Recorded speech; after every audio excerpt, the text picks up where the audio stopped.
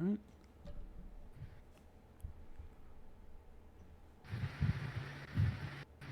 All right, we are live. What is going on, everybody? Randall Thor 19, Man with the Million, back again with another Xbox 2 podcast. It's Friday.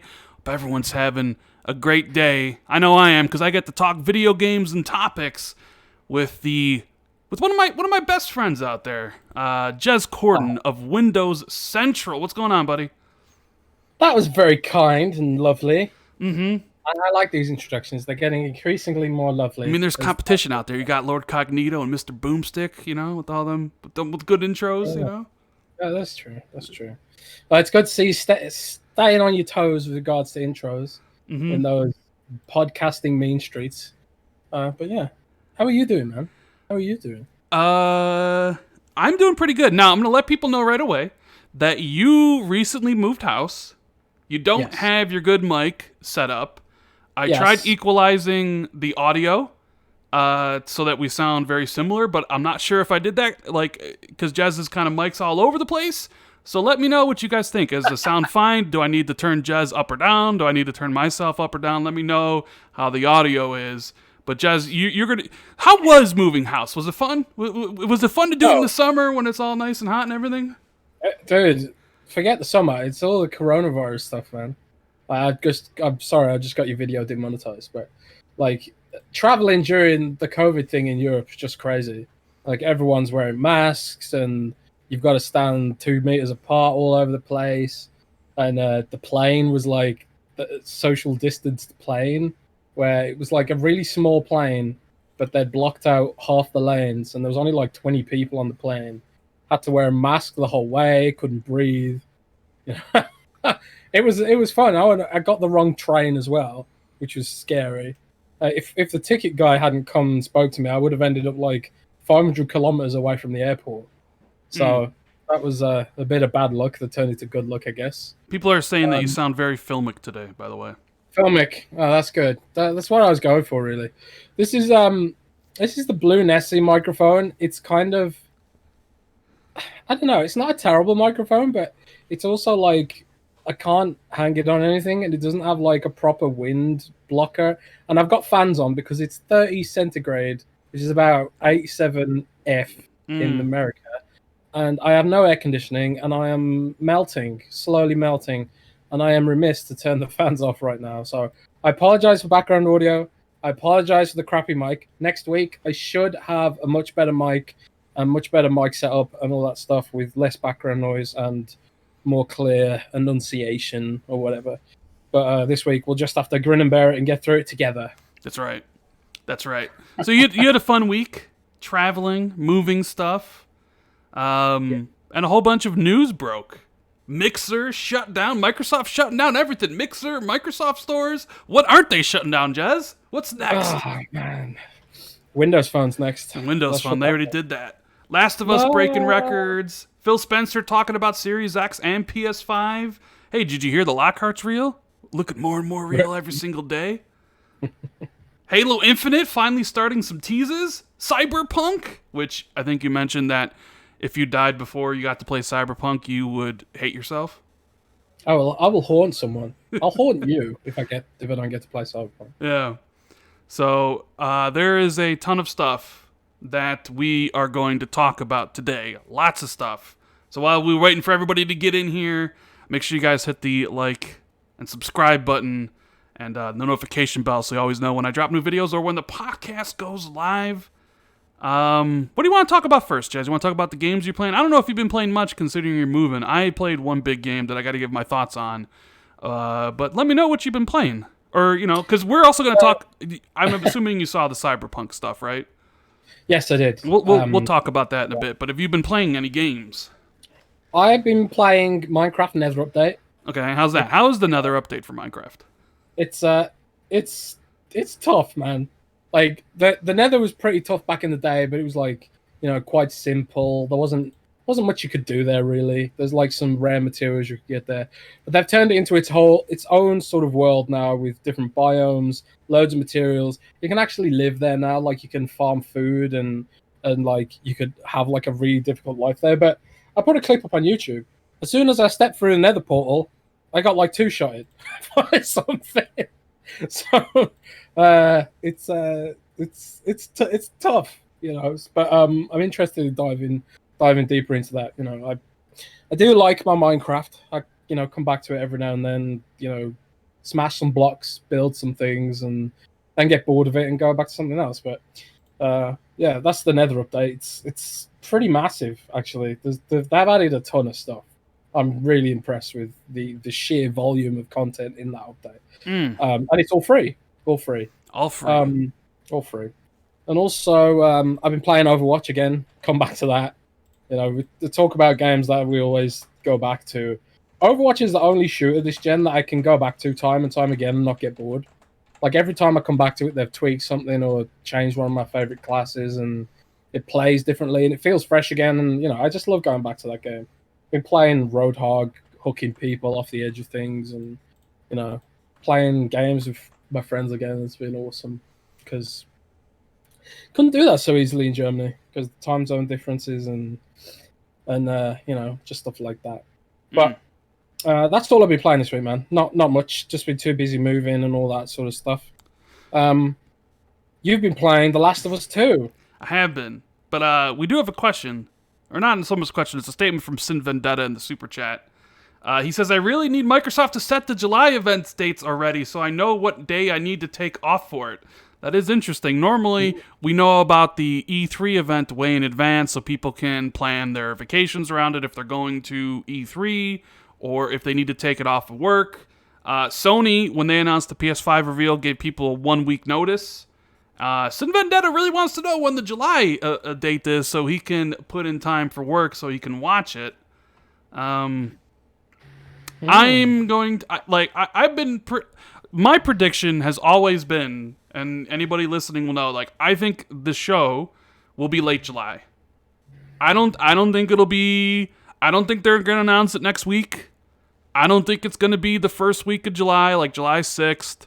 There's a possibility it could be the end of the week of July 13th, but I think you're looking at essentially the week of the 20th or the week of the 27th. One of those 2 weeks, I think, is going to be, it's going to be like the end of July. That's kind of my prediction.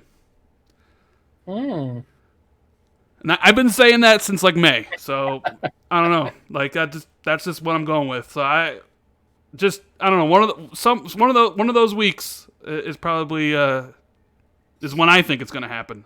So. I think that's a safe bet. You think that's a safe bet? I think that's a safe bet. Yeah. Okay, safe bet indeed. Tony Stark RDX says, "Nice, the most filmic podcast is live. Let's go."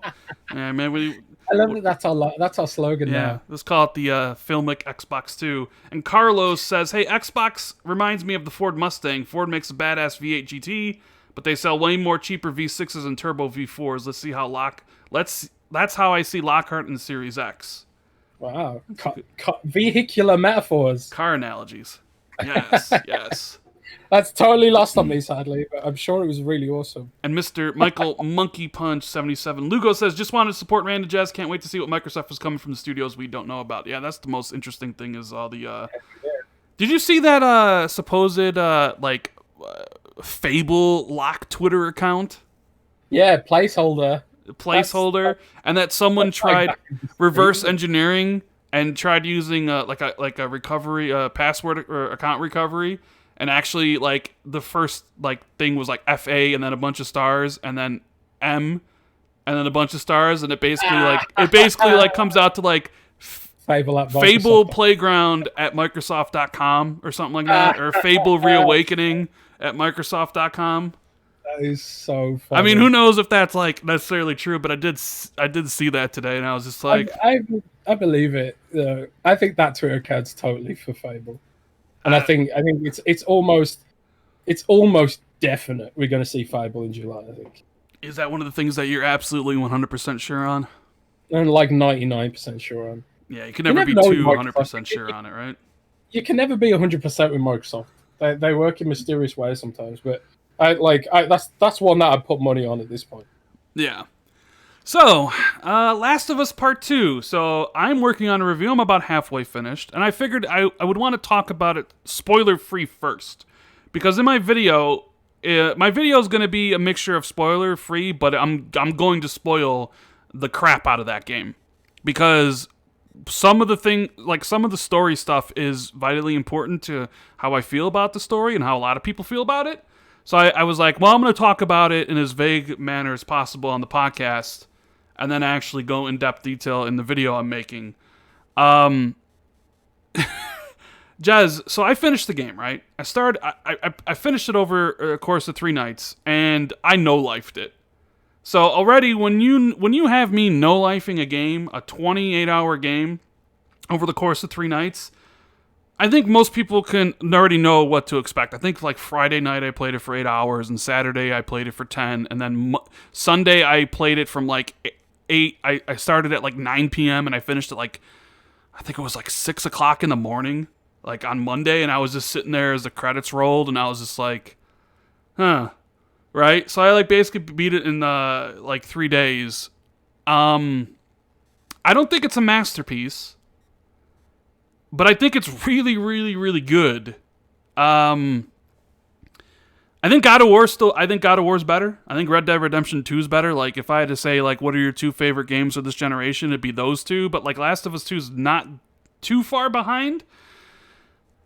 I will say, though, that when you talk about the technical aspects of Last of Us Part 2, like, it is a complete masterpiece. Like, the way the game looks, the graphics, the art, like, the attention to detail, the animations, like, there's no other game that does that. Like, that is one of the best looking games. It's one of the best animated games. That, like, that whole technical side of Last of Us Part 2 is absolutely phenomenal. Right? That rope. The rope, like, it, you can tell, like, and even when you upgrade guns, like, all the guns have custom animations for them and stuff like that, like, whoo, like, you just sit there and I just was like, I remember coming out in the very early in the game, when you're in the forest going to Seattle, and it was just like, I just sat there and was looking around, I'm like, is this game real? Like, holy cow, look how amazing this game looks. And then you talk about the gameplay, and I know a lot of people will say that the game is not fun to play. I completely disagree with that assessment. I had so much fun playing Last of Us Part 2. You want to know why I had so much fun playing Last of Us 2? Because it's basically Splinter Cell. It's a stealth game. I love me stealth games. So the fact that they give you, bows and arrows, and they give you a gun that you can craft suppressors for, and you can go prone and hide in the grass, and essentially crawl underneath cars and just take out enemies. I was in my element, dude. I sat there, I'm like, this is Splinter Cell. Ellie is now Sam Fisher. Right? But so the stealth elements are great, but it's also the AI. Like, the AI was so impressive for what they were doing in the game. Like, everybody's got a name, so when you, like, blow someone's leg off with a shotgun, and they start screaming on the ground and someone sees it and they're like, oh my god, they just killed Jez. And then, like, where'd the person go? And then, like, that's really cool. And then if they see you, they'll point you out, and you can run away and lose them. And that's the other thing about stealth games that I don't sometimes appreciate is when you get caught, everybody on the map knows where you're at. It's not like this in this game. When you get caught, it's only the people that see you know where you are, and then they'll call out your position to everybody else, like, oh, they're behind the car, or oh, they're in that store over there, and then you gotta move and break line of sight and hide, all that stuff, right? And like, there's some, like, really great moments where it's like, you stealth somebody, you take out, like, a dog with a bow and arrow, you pop somebody off in the head, they know where you are, but you, like, kind of run off to the side, lose them, come back, hit them with, like, a melee attack and stuff. Like, the gameplay to me, like, 10 out of 10. Like, I had so much fun playing it, right? It sounds incredible. Like, it does. I love the gameplay. For me, the gameplay was the best part of the first game, personally. I loved, like, even though I only played it, like, last year for the first time, like, that gameplay holds up even now. So I don't even have a PlayStation here right now. My PlayStation's in Germany. So it's going to be a while before I play it, man. Yeah. Maybe it'll come to PlayStation now in a few months or something. I mean, it'll probably come to PlayStation now at some point, but I gotta give a big shout out to the Darj Knight. Darj! He says, God of War is the greatest game I've ever played. Seriously, great show, guys. Welcome back to the Blighty Jazz. We should have crumpets sometime. Hashtag Zalker's a fraud. So Darj Knight finally got a PlayStation. Wow. Finally, and he started playing God of War, and like everybody else is realizing just how really good God of War is, you know what I'm saying? So how filmic it is. How filmic it is. So Rand, we got some breaking news, my friend. What's the breaking news? According to streaming insider Slasher on Twitter, Dr. Disrespect has been permanently banned from Twitch. What? Permanently banned? No way. Permanently banned. That's no what Slasher way. said. Slasher is usually correct on these sort of things. So @Slasher is he's a industry personality who covers the streaming community a lot, and he says sources: Dr. Disrespect has been permanently banned from Twitch. Earlier it came out that he'd been banned, but they didn't say whether he was temporary or not. But he says it's permanent. Well, didn't Twitch say they were going to be cutting down on a whole bunch of stuff because of everything that happened this past week? Everybody coming out and all the allegations. To my knowledge, nobody's accused. At least nobody's publicly accused Dr. Disrespect of doing anything worse than he's done in the past. But there's no new allegations that I'm aware of. If there is something, drop in the chat maybe. But this is breaking news and developing right now. I just can't help but wonder, what is the chances that Twitch was just waiting for Mixer to die, and just so he'd have no competing platform to go to? Because what's he gonna do? Go to Facebook? Go to YouTube? I don't know. I don't know either. I don't know. Can I go to Mixer though? I mean, we'll see. He does say on his Twitter account that he's permanently banned, which essentially means he's got, 2 places to go? Facebook Gaming or YouTube Gaming? We'll see. That's very interesting. We'll see if that turns out to be true. But back to Last of Us, Jez. Okay? So, technical aspects, amazing. Gameplay, I had so much fun playing this game. I would do different things. I wouldn't necessarily do, stealth everybody all the time. I would just do, crazy stuff. I'll throw a Molotov at somebody, grab somebody by the neck, shoot the next guy right in front of me, kill the guy I'm holding. You could do so many cool, crazy stuff in that game. And being a stealth aficionado, I just really appreciated all of that, right? You had me sold at the moment you said you blew someone's leg off with a shotgun. But a lot of the game's problems, I feel, come from the story and the way the story's told and the pacing they decided to tell the story in. Which is the reason why I think God of War is better. The game's long. It's a long game. It's about a 26-hour game, depending on the difficulty you play on and how much you search. So sometimes the pacing can be completely off. There was moments here where, I was playing and I don't want to spoil it for anybody listening, which is why I'll talk about this more in depth later, where I just didn't care about what was going on, and it was just boring, and there's flashbacks that they tell, and while some of the flashbacks are incredibly moving and are some of the best moments in the game, a lot of them go on for too long with nothing but just walking.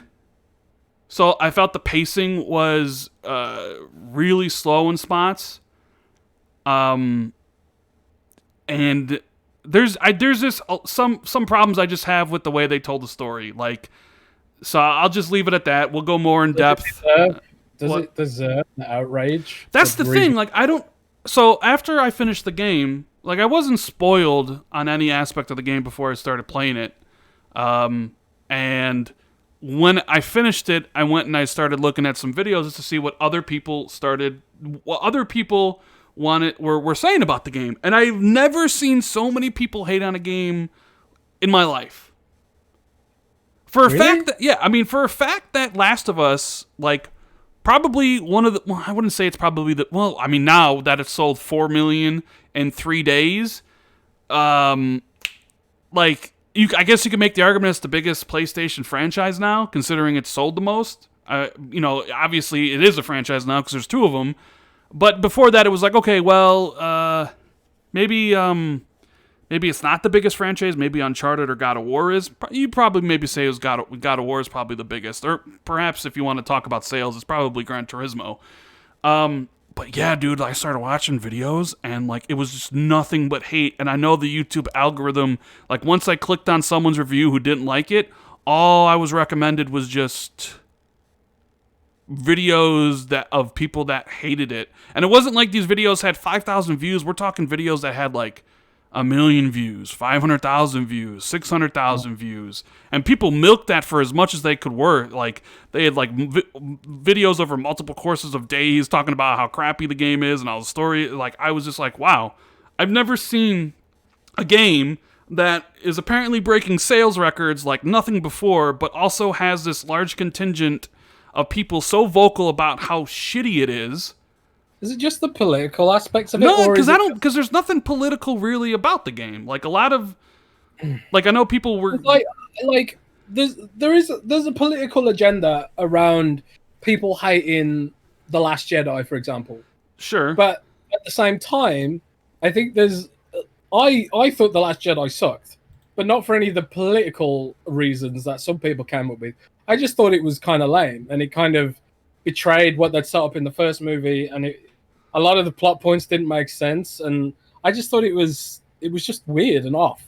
Like I just didn't like it so much, and I think like in our sort of binary culture where you go on Facebook and you can either like or dislike something or downvote or upvote something, people don't even bother with they don't even bother looking at a rating scale. Like a user score of 1 to 10 is kind of useless because people really just want to say, I didn't like this or I did like this. Or maybe there could be one in the middle where it's like I neither hated it or loved it, but it was just okay.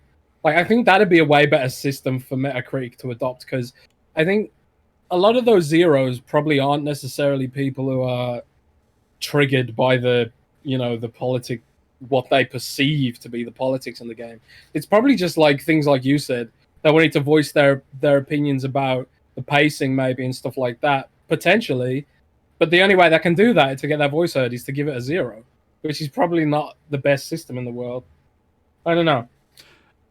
Yeah, it's beats Games Life Zim says people knew they could make money on Last of Us 8, and that is true. I mean, YouTube's algorithm does kind of reward negativity in certain manners, and when you have big YouTubers talking about how much Last of Us sucks, and people get all up in there who really haven't played it or whatever, I've never seen so much outrage for a game like this. I was taken aback by it, and I always like reading different people's different ask okay, well, I want to see what this person thinks. Like this person didn't like the game, I did. Let's see where he's coming from, right? Like I always like reading people's different perspectives from different people about how they view something. And it was just like, holy cow, and it mostly has to do with the story. Like a lot of people do not like how the story was done. I mean, I have issues with the story, but not in the manner that a lot of these people do.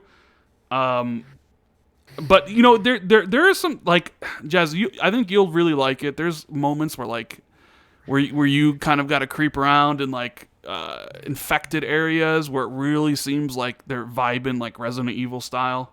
Like it becomes like a horror game almost. It's really, I love those really segments in this game. Yeah, it's really good. I know that I'm gonna love Last of Us 2. I know it. It's just a case of when I play it. It's a case of will I have a PlayStation at the time. Yeah. It might be a case of maybe this is the game I subscribe to PlayStation Now for. So I play God of War on PlayStation Now, and it ran fine. It ran great. It really did. I thought it was going to be bad, and there's that whole meme about Sony's network not being as good as Microsoft's. But honestly, God of War on PlayStation Network worked great. So I'll play it on that. It's not like you need super amazing latency to play a single player game. So I'll look at it that way maybe in the future. Anyways, yeah, so those are my, spoiler-free thoughts about The Last of Us Part 2. If you guys want to know more, I'll have a video out this weekend that I'm currently working on, and yeah, I will spoil everything about it because I'll talk about the story, which is why I'm not going to give the game a 10 out of 10 because I have some issues with the way the story was told and what happened in it. Shout out to Adam. The super chat says, internet isn't reality. Also, Sony's DMA strikes have done a hate boner to a lot of YouTubers as well. The Last of Us 2 impact won't be felt until the next Last of Us game or the next, and I guess the case, like, I know Last of Us 2 sold incredibly well, like better than any PlayStation exclusive, and I also think that YouTube and Twitter and all this stuff, social media, sometimes is just a echo chamber, and it doesn't really reflect the greater gaming populace at large. So while there's a strong consensus of dislike for this game, I would imagine maybe in like people who don't really follow this stuff, they probably really like it. But with like you mentioned, The Last Jedi and how much hate that got, that kind of really did affect also the next movie. But then Rise of Skywalker was just complete garbage. So we'll see. Will it affect Naughty Dog's next game? Maybe, maybe not. I mean, the only way to know. So Milky Way wants to know, what's my current game of the year? That's difficult. I mean, I don't really have a standout current game of the year. I basically have a whole bunch of games around a similar threshold. Doom Eternal was, I thought, really amazing. Ori 2 was like so good, and I almost kind of wish I didn't actually play it early for review because of the problems it had. And I really liked Last of Us 2. I know that's kind of giving away my feelings towards it, but there's quite a few games around a similar point that I really, really enjoyed. I mean, you know what I'm saying? So we'll see. Like when I reflect back or maybe replay Ori 2 or replay some Doom Eternal or go for a second playthrough of Last of Us, what my feelings are. And we still have more games to play towards the end of the year. We got Cyberpunk 2077, which showed some stuff today. So, there's Halo Infinite and things like that. And I don't know. We'll see what the I feel about Game of the Year. Because last year, my Game of the Year was Sekiro. Like, it wasn't even really close. Like, Sekiro was it. Faisal007 says, "Hey, it is not preserved to be the politics. It is politics, Jazz. The advertising in the game was going towards something, and the end product was totally something else. A lot of people were waiting for Joel's return." Okay, so thank you for the support, buddy. So yeah, that's what I played all week. Last of Us Part 2. I also played a little bit of the Crossfire X beta, Jazz. I got into that, but I haven't actually tried it yet. Did you play it much? I mean, I played a few games. It's okay. It's nothing special. No. It's it's basically hey, Counter-Strike's not on consoles. Here's Counter-Strike. I thought Counter-Strike isn't Counter-Strike on backwards compatibility. I'm not really sure, but I mean, it definitely feels like Counter-Strike, and it does have a modern thing, which is supposed to be more reminiscent of like Call of Duty, which I actually enjoyed more. I think the game's free to play, right? Free to play. So, and I know the campaign's being done by Remedy. And I'm interested to see how that's going to work for a free-to-play game. I don't know when this game actually launches. Maybe in a couple months. Fernando Perez wants to know if I ever finished the Final Fantasy VII Remake. I didn't. You know what happened with that? I was really liking that game, and then I got addicted to Call of Duty Warzone. And I couldn't stop thinking about Call of Duty Warzone. All my friends were playing Call of Duty Warzone. So every single day I would get on and play Call of Duty Warzone. So like Final Fantasy VII was like, well, I can come back anytime to play this, and I just haven't yet. So I will. I'm gonna go back and finish. There's some PlayStation games I want to get done. Namely that one, Horizon Zero Dawn. I bought the complete edition. It was on sale for $10 because I didn't have the DLC. And actually, like, that game was like my game share partner's, and I like lost access to his stuff, so like I had to rebuy it. So I rebought Horizon Zero Dawn Complete Edition and the new the Ratchet and Clank from 2016, and that's pretty much it. I've played everything I wanted to on the PlayStation. So, yeah. All right. So yeah, Crossfire X, Jazz. I don't know what really to expect out from that. So it seems like I mean, it's free to play, so it's like it doesn't seem like it's great, doesn't seem like it's horrible, just kind of rides that I don't know, middle ground, I guess. Way. It'll be like, I'm sure some people will really like it, and I'm sure some people will play it and they'll just be like, they'll delete it after one game. You know, I guess it really depends on what you're expecting. Yeah, free to play games have a way of finding their audience though. So who knows? It could be something.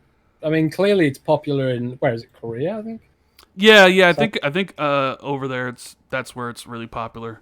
Yeah, so maybe it could find its audience, but yeah, I never really cared. I don't really care for military shooters that much in general, but I didn't really like the look of that anyway. I don't know. Yeah. We already got over 1,000 people watching live, guys. We appreciate that. Make sure you all hit the like button, share this out so we can get more people in here. And I'm sure since I gave a somewhat positive reception to Last of Us 2, the dislikes will soon be on their way. Because that's the other thing I noted. Anybody that actually likes The Last of Us Part 2, their videos get like dislike bombed hard. I've never seen something like this, Jazz. Even like did you see what was going on with Metacritic with that game? How it has like 90,000 user reviews and it's like a user rating of like 3.5, and then Metacritic removed it, but it's back. Like, can you think of any other piece of media that has experienced such backlash in such a way? I don't think so. I mean, I know there was that thing with like Captain Marvel, where like, you know, people were like, she hates men or something. Like it was all just like political stuff, you know? It's weird. JD Gamer says, hey, did the Lockhart get a last minute spec upgrade going from 8 gigs of RAM to 10 gigs of RAM? And do you think the Xbox Series X will also get a spec upgrade for the CPU, GPU, or SSD and I/O? Jez? I have no idea.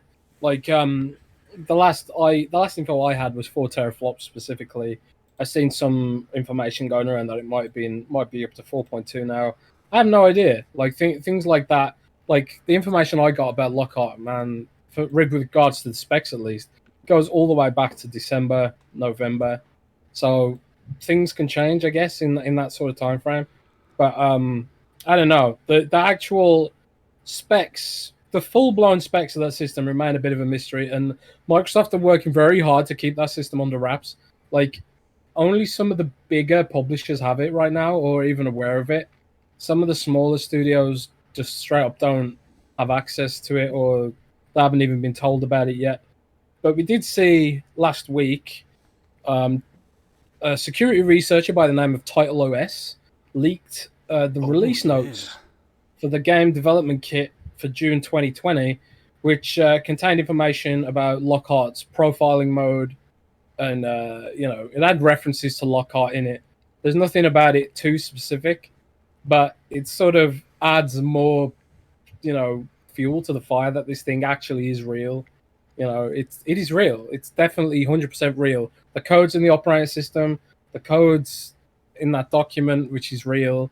And, I've seen it on marketing sheets and I've seen it in databases. It's real. Like there's so much overwhelming evidence that it's real right now. You just can't deny that it's real. But I always talk about the Surface Mini, which Microsoft cancelled at the last minute before they announced it, and then shipped off all the units to sit somewhere in a warehouse. And I mean, that is true. That is true. But we'll talk a little bit more about this because even Tom Warren had some stuff today, and we'll talk more at depth about Xbox Lockhart being real. Faisal says, do you think Halo Infinite is going to be more photorealistic close to the last trailer they showed? If yes, how big of a role how it looks will play a big role in making it a success? I mean, I think it needs to look great. Like, I think people are expecting big things from Halo Infinite. I don't know about photorealistic because even judging from that trailer, it still kind of is very what's the word I'm looking for here, Jazz? Like artistic. It's not. I don't think it's trying to be photorealistic. It has its own like kind of art style. But filmic. Filmic. You and this filmic nonsense. Yeah, so I mean, we'll see, and maybe that's a good jumping off point to talk about the topics. So, if you guys hit the like buttons, we got over 1,000 people, which is amazing. I want to thank everybody for being here on a Friday. And let's talk about Halo Infinite, Jazz, because it seems like 343 is starting their kind of marketing teasing campaign, huh? Atriox, baby. And did you... Banished. And back. For all the people that said, that nobody cares about Halo anymore, and that, people want Halo to go away... man, when they put out a tweet that is just, hey, it says, I'm gonna look at it says signal detected, and just on Twitter it has over 3 million views. It's got 29,000 likes and 29,000 retweets and 103,000 likes, which is up there comparable to a lot of the Sony stuff when they announced like Horizon Zero Dawn, and I know like a lot of there was a lot of people that were really impressed by how the social media engagement the PlayStation 5 stuff was getting. And it definitely seems like the Halo thing is very up there. Like, people are pumped about Halo. And maybe that's because, hey, you took 5 years. 5 years. 5 years is a long time, especially in video games. And when you give people time to miss something and then you finally come back, people tend to get excited. It's always one of the reasons why I said Gears needs to take a 6-year hiatus. Because nobody gets excited for Gears anymore. So, like, make them miss Gears and don't put out a Gears game for 6 years. Now I'm going on a tangent. Either way.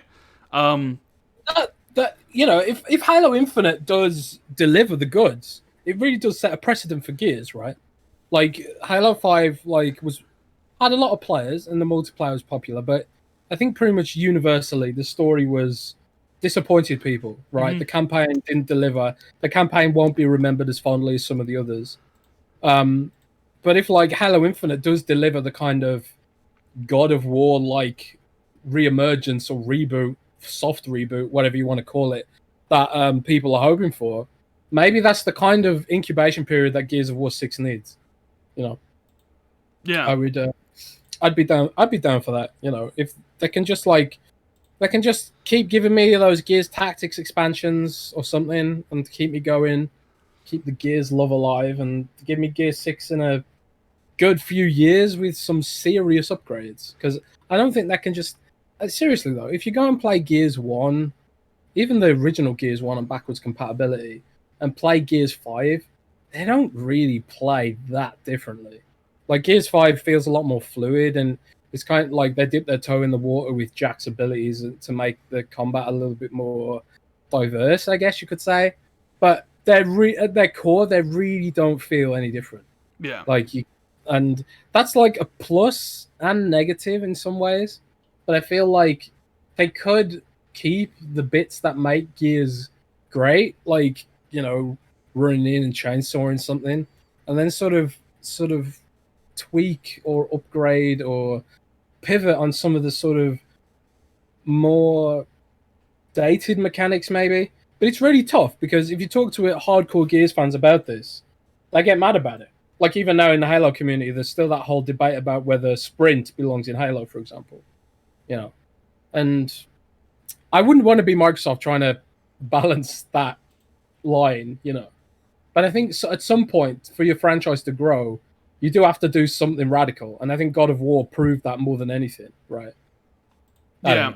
Well, man, we went from talking about Halo to talking about Gears needs to change. That was I can definitely see what franchise is near and dear to your heart. Yeah. And it ain't Halo. But, I do like the tease that they put out was really interesting. Tease, Jazz. Oh boy. So the bit is basically like an audio log, right? So it's a transmission from somebody, very, very much like saying, hey, we're gonna control the ring, we're gonna destroy humanity, no more prophets, no more lies, we are the banished. Essentially is the enemies that you fought in Halo Wars 2 that were introduced, who are basically, they're kind of the Covenant because they also have, elites in them and jackals. I think jackals are in them, and they're basically the Covenant, but groups of people from the Covenant that got kind of obviously quote unquote banished, and their leader is Atriox, one of the probably best villains that Halo's ever had. And so to me, when I'm listening to that, and I know it's Spanish, and it sounds like a brute, and I know it's not Atrax because it doesn't sound like him. I'm just thinking in my head, oh my god, are we going to see a showdown between Atrax and Master Chief? Because if you remembered what happened in Halo Wars 2, when they introduced Atrax, he killed a Spartan. Like, he fought 3 Spartans, completely destroyed them all, and killed one of them. Atrax is like I had a lot of fun with Halo Wars 2, but it's kind of like it was simplistic, and I mostly played the Horde mode they added in the Nightmare DLC, which totally should have been a free add-on. Because that was like that was the most fun I had in Halo Wars. Fighting waves of flood and building defenses and stuff. That was like awesome. But when I forget pretty much everything about the campaign, except every scene with Atriox in it. And like his lieutenants, the boss battles with his lieutenants were all awesome. Like they all had like unique abilities and stuff. And it was really clever the way they pulled off some of that stuff. It has me even now thinking like, man, maybe Halo Wars should just be an action RPG or something, and just take it down that route instead. But it's that's a completely another discussion. But Atriox was a gem of that game. He was right up there. The blue cinematics made him seem so badass, and his voice acting was great and on point. And I'm not a big Halo fan, but like that's the kind I always kind of feel like. For me personally, and I know Master Chief is super popular, but for me personally, I don't find Master Chief that interesting without the villains that he's fighting.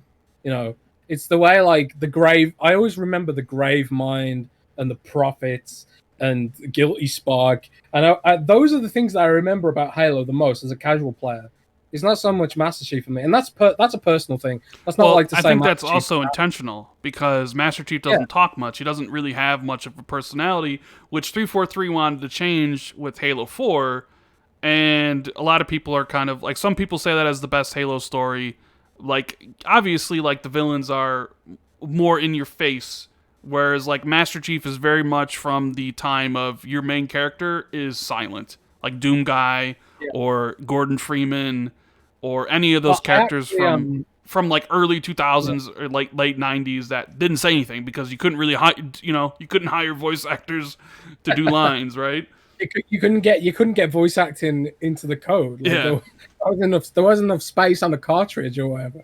But you're completely right. That's the tradition that Master Chief comes from. But I am with the people who think Halo 4 had the best story. Like Halo 4 for me was my favorite story, and I personally like a more emotional Master Chief. I want to see, how it's interesting to me, like how this war could weigh on someone who's sort of, kind of, with his sort of backstory and stuff like that. That's interesting to me, and his relationship with Cortana, that is interesting to me more so than just the battles and stuff like that. So personally, I do like that side of Halo when it became a bit more emotional, maybe, without going too far in that direction. Like I don't want to see Master Chief like, I don't know, crying or something. I don't know. Like maybe. Well, I don't think you'll see him cry because I doubt he'll take off his helmet. But this is a good kind of starting off tease because it's the whole audio log begins. It says the hour approaches. And what are we getting close to? Xbox's July event, where Halo Infinite is going to be probably the centerpiece. There's people are still wondering if the game's launching this year and if it's launching with the console, which sounds like it probably is. So there's a lot riding on this game, and people have a lot of high expectations, and hopefully Halo Infinite meets those. And I'm really excited to see, because there's definitely a time skip. Right, like the game, like that trailer from last year is essentially the beginning of the game. So they were on Halo Zeta, I think it is, and obviously the ring got destroyed. So something happened, and I'm curious to see how they're going to tell the story, how the Banished are going to be integrated into that story. If Atriox is going to be in it, and if he is he going to have a showdown with the Chief? What's Cortana doing? And then of course, are the Flood going to be present? Or do they tease the Flood towards the end of the game, and then the Flood are really kind of in it for maybe a potential DLCs or Halo Infinite Part 2? It's 5 years from now. You know what I'm saying? Like, there's a lot to kind of because I hopefully they kind of get rid of the Prometheans, because I've always said the Prometheans, while their weapons look cool, the Promethean enemies were not fun to fight. Not in the way the Covenant and the brutes were. I don't think or the elites. I don't think they can just sweep the Prometheans under the rug. And I would be remiss, even though I don't like the Prometheans. I think it would kind of suck if they just pretended they didn't exist. That story needs to have some kind of resolution somehow. It needs to be done justice, because it's still a major part of the lore. And one thing that really annoys me in Blizzard games, for example, in World of Warcraft, is when they get something that's unpopular, they often just, like, instead of trying to resolve it, they just try and brush it away and, like, oh, people didn't like this, let's just ignore it. But that's even worse, because then you're leaving plot holes and stuff like that. So I'm hoping that they don't do that. Like, at least if they are going to downplay the Prometheans or do something in that vein, like, at least give it the proper send-off that it deserves. And maybe Halo Infinite, I tweeted this out the other day, like, maybe Halo Infinite's big enough that they can get all the factions in. Yeah, maybe, like, you can have a big bust up, but you could see, like, a scene where the Flood, the Prometheans, the Banished, they're all going at it, and you're, like, in the middle.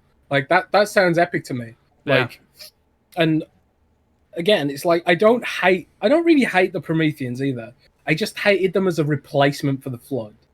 I think, like, I really miss having a squishy enemy to fight in that game. And a lot of people hate the Flood. Like, I speak to people at 343 Industries, and they said that a lot of the feedback we got is that they hate the Flood levels. They hate fighting the Flood. They hate the horror, the dark levels, and they didn't like. They found the Flood hard to fight and stuff like that. But for me, like, hitting a Flood form with the shotgun and seeing it explode into chunks, like that planty sort of fibrous chunks, there's nothing really like it, if you go back and play the old Halo game. So I'd love to see the Flood come back. And the Gravemind is an incredible enemy. Such a cool enemy, man. Like, in the Halo 2 Anniversary remake, with those cinematics with the Gravemind, they were mind-blowing. They were absolutely mind-blowing to me. And again, I'm not a big Halo fan. So I do hope to see the Flood come back. This sort of benevolent, sentient creature that doesn't really have an agenda other than consumption. I think every sprawling universe needs something like that in its lore. I don't know what like World of Warcraft has it with the Void. The Void just wants to eat everything, and you've got things like that in Warhammer 40k and all those other sort of things. The Flood was the answer to that, and I like the Flood. They had a dynamic that Halo just feels empty a little bit without. So no, yeah. I agree. Like, the Flood's not necessarily the greatest to fight, but it is different than fighting the Elite, who are like a much better battle. But gotta get some of these super chats. Adrian Fernandez says, "Hey guys, can you talk about the studio acquisition rumors? I'm hoping Microsoft buys another studio soon." We kind of talked a little bit about this on the last podcast. There's some rumors about some Polish studios that are looking to be acquired. Potentially Bloober Team, who makes the upcoming The Medium, and they've made Blair Witch. Sounds like something mergers and acquisitions are starting for them, and as well as the Farm 51, another team in Poland. And there have been strong rumors linking Microsoft to Poland for some time. Will Microsoft essentially purchase those studios? It's tough to say. It's really tough to say. In my opinion, I don't think Microsoft just buys one studio from Poland. I think they would want at least two. They would want, like, a hub in Poland so they can kind of start branching out there. Like, if Microsoft just bought Farm 51 and that was it, and, like, Farm 51 is all by its lonesome all the way out in Poland, I just don't really see that being a thing. So, You know what I'm saying, Jez? I mean, what do you think about that? Again, it's kind of like the right studios would have to come along, and they'd have to match the culture and sort of match what Microsoft is aiming to achieve with, Xbox Game Pass. Personally, I do think Bloober Team would be an amazing add to the team.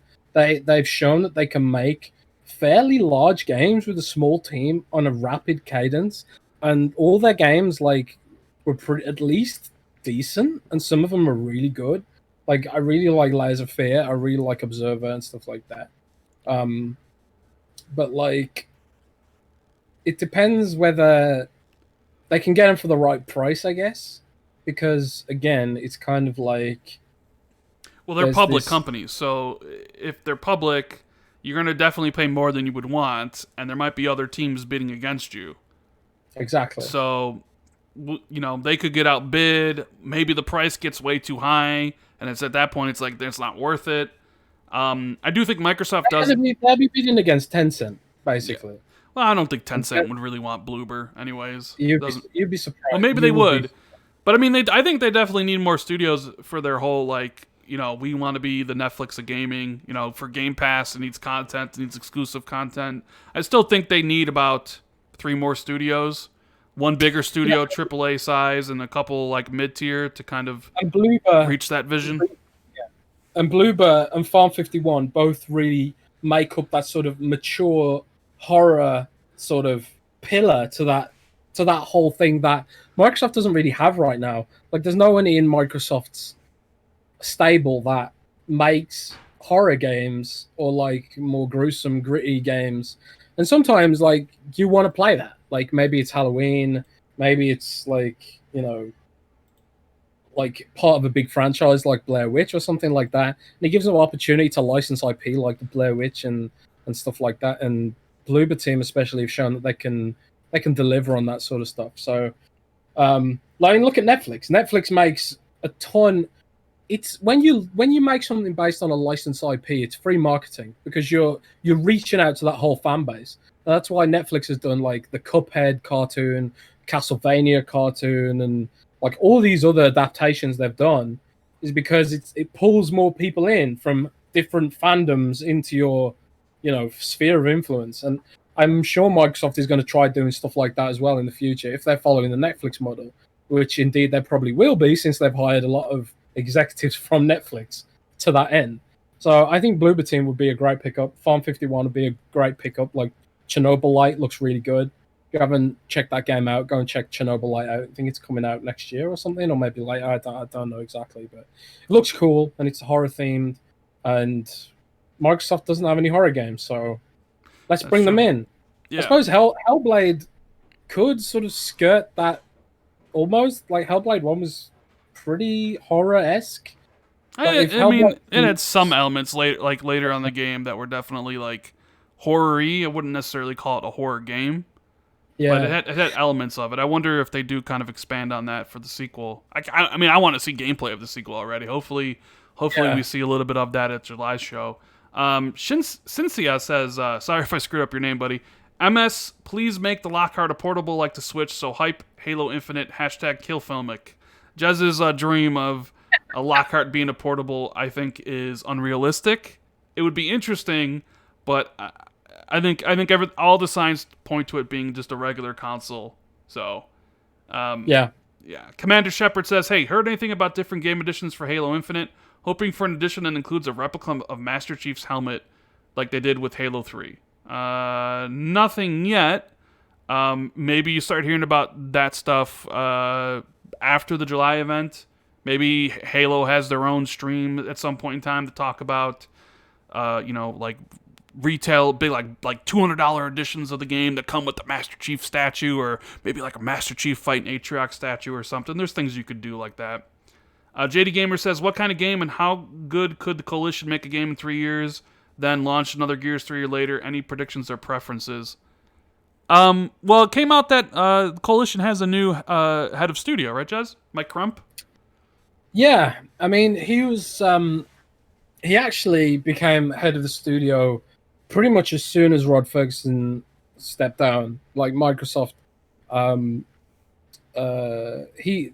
new guy has been there for a long time, since it started, since Black Tusk back in the day, and he's known by the staff, and he's pretty much running all the operations there already. So I think he actually stepped up a long time ago at this point.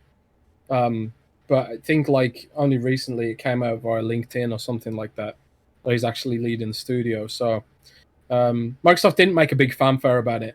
But I presume the next time there's like a project that comes out of the Coalition, whether it's Gears or Gears Tactics DLC or something, you'll probably start to see a bit more of him in the future. Yeah. I would imagine their next game is Gears 6. There's rumors that they're helping build like some multiplayer thing for whatever the initiative is working on. Who knows if that's true?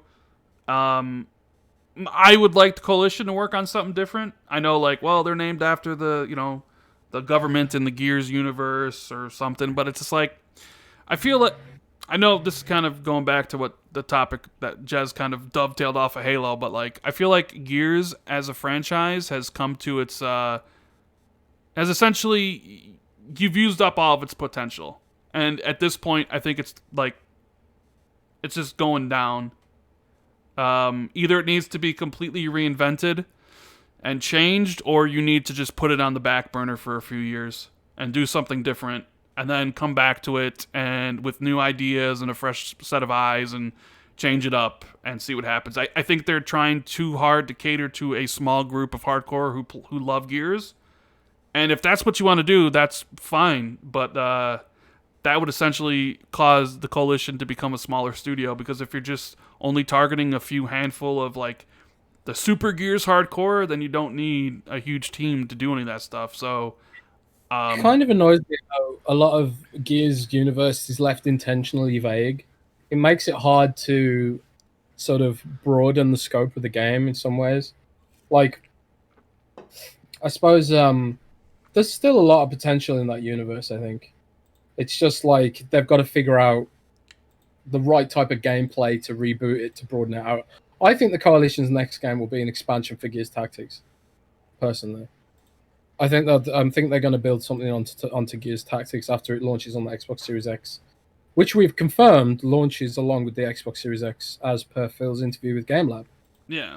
I got a couple more here to read, and then we'll get back on these topics, which we have quite a bit of. It's just hard to go back and read up on the chat here. Okay.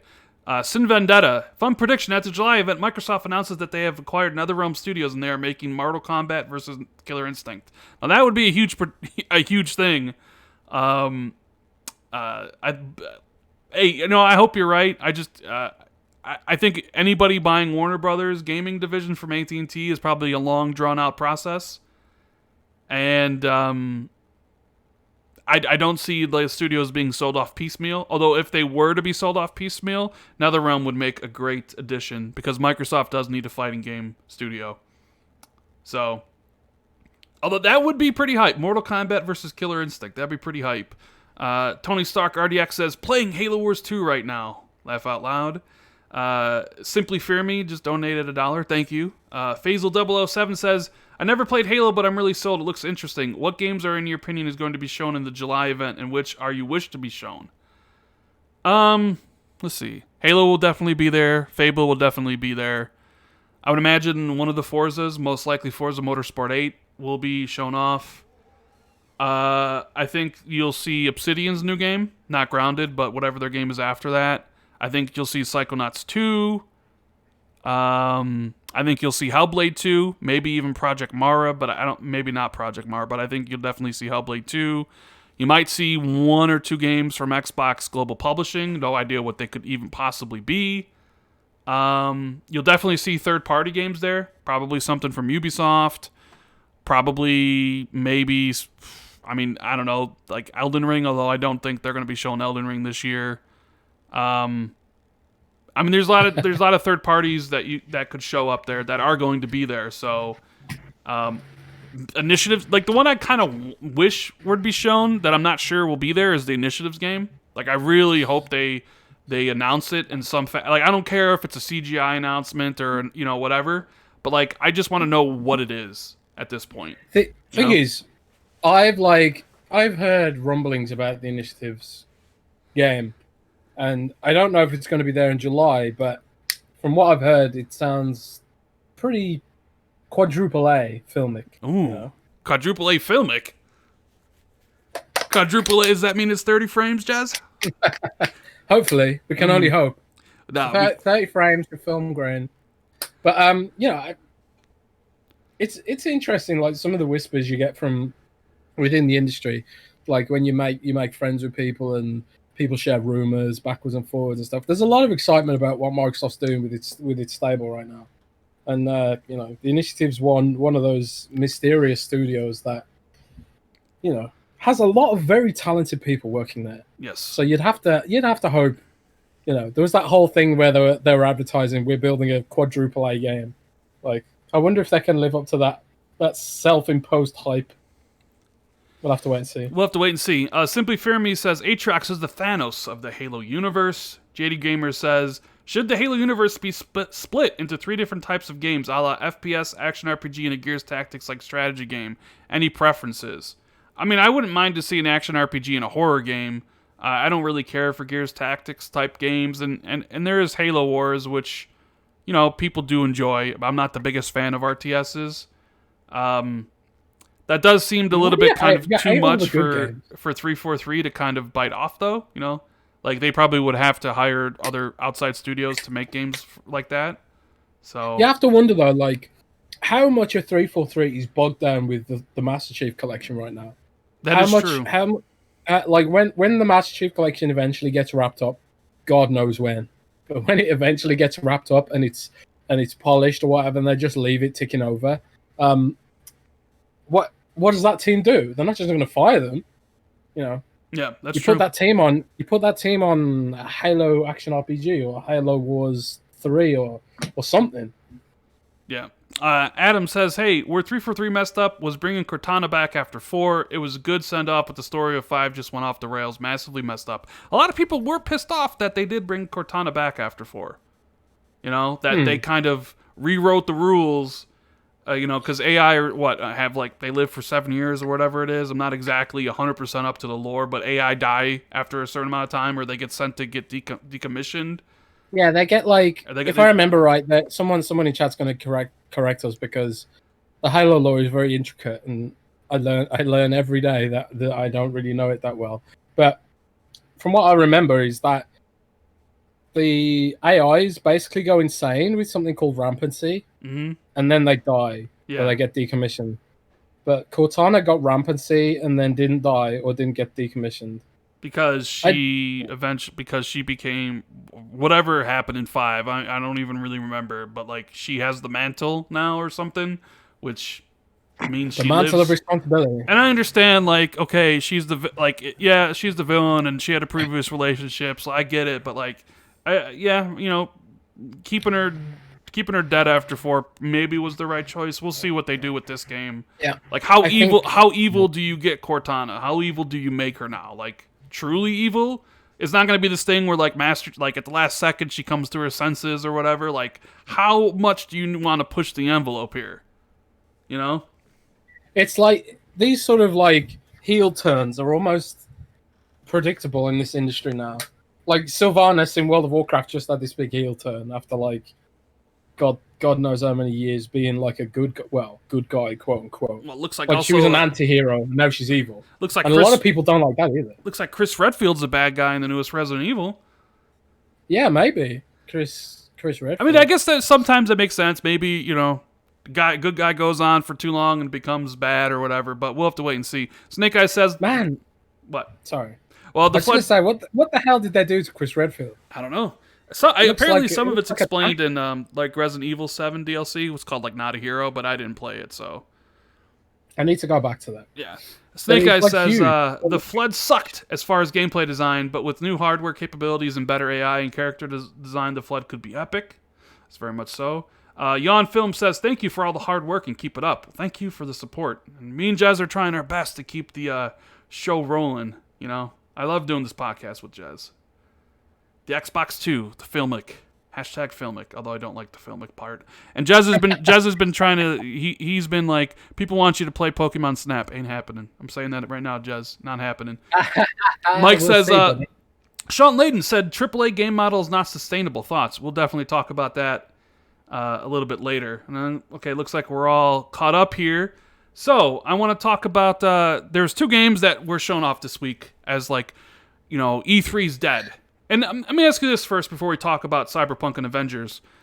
Do you like how do you feel with all these companies having their own events and being spread out as much as it is this a better way to get the information, or do you really miss E3 at this point? I hate it. I miss E3 so badly. I miss having like coordinated effort from different studios and publishers to not have overlapping events and, have everything in a single week. Because right now, every few days, someone's like, "Oh, let's do an event," and that like disrupts my whole week. You know, if I've got like a week of content planned, and this is like ultimate first world problems, but it's like if I've got a whole week of content planned, and then like all of a sudden the game studio wants to do an event in the middle of it, it's kind of like it throws all my plans out the window. But like last year, everything happened in the space of 2 weeks, and you could plan for that. So for me, I want E3 back. Please bring it back. You know, it's funny, like they always say like the grass is greener on the other side and stuff like that. And I was thinking like earlier this year, oh, it'll be nice not to have to travel to LA, and it's like God knows a million hours of flights and getting hotels and all unpacking and all that stuff. But then when now that it's actually not here, I miss the people, I miss meeting other Xbox fans, and I miss the community. I miss all the cool game developers that I'm not going to be able to meet. I miss having an organized fortnight of stuff to write about rather than spread across the whole summer, which is seemingly what's actually going to happen. You know what? I agree with you. I thought this could be good. I thought like, hey, and maybe it could have been if you know, the if the virus situation didn't really screw up with a lot of plans. I think people scrambled because of that, and everybody had to work from home. So I think that really kind of put a barrier in front of everything that wouldn't have been there. But yeah, like I initially thought, like, no, they won't miss anything because we'll just have Ubisoft's thing this day, and we'll have Sony's things this day, and this and this. But it hasn't been good. It makes me yearn for that like 3 to 4 days of here's everything that you need to know. And that's it. Instead of like, well, some people will have stuff this week. Some people are going to have stuff in July. And then there still might be stuff in August. And who knows? And like, oh, we got an announcement today. And it's like, oh, it's just Crash 4. And you know what I mean? Like, I don't know. Like, I almost kind of, I'm yearning for E3 again. But with that said, Jez, what did you think of Avengers? Because that was shown off not a couple days ago. I guess I'll be honest. I didn't check it out yet because of all the moving and stuff like that. I got a colleague to check it out, but I ain't into Marvel stuff that much. I've only seen like a few of the Marvel movies from that whole thing with the Avengers and stuff. So it's not really a game I care so much about, but I'd like to hear your thoughts. So come on. Okay. What do you think of it? What kind of game is it? Is it game as a service? Is it like? I mean, it definitely is a game as a service. They say that they have skins and stuff that are only going to be, you know, purchasable in store. So, and it's definitely one of those games where you look like you're playing through it, whether it's in the story or in co-op to get like better gear and stuff. So it's definitely games as a service. Which on just that aspect, I don't have a problem with games as a service. That's fine, right? When I was watching that game, that game just looked meh. It just looked boring. Like the melee combat just looked derivative. Like there wasn't really anything that looked good about that game. It looked like a game that was destined for a low 70 Metacritic.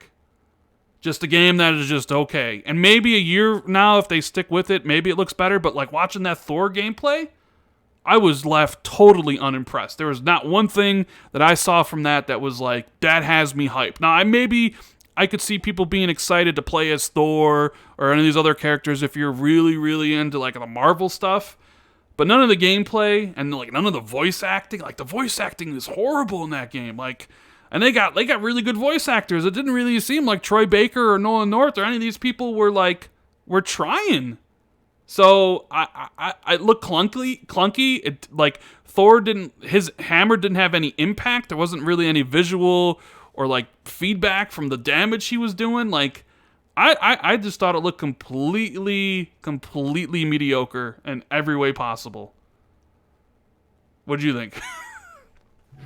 Well, like I said, I didn't see it. Okay. So you don't exactly make me feel very hyped about it, but I mean, we'll see. They did announce the free upgrade for. Remember the last week I was wondering what they would do for games like Avengers that come out in September. They did announce that they'll be getting a free upgrade on the PS5 and Xbox Series X, and that it'll have 2 modes. Well, at least on the PlayStation, I'm assuming it'll have 2 modes on the Xbox as well.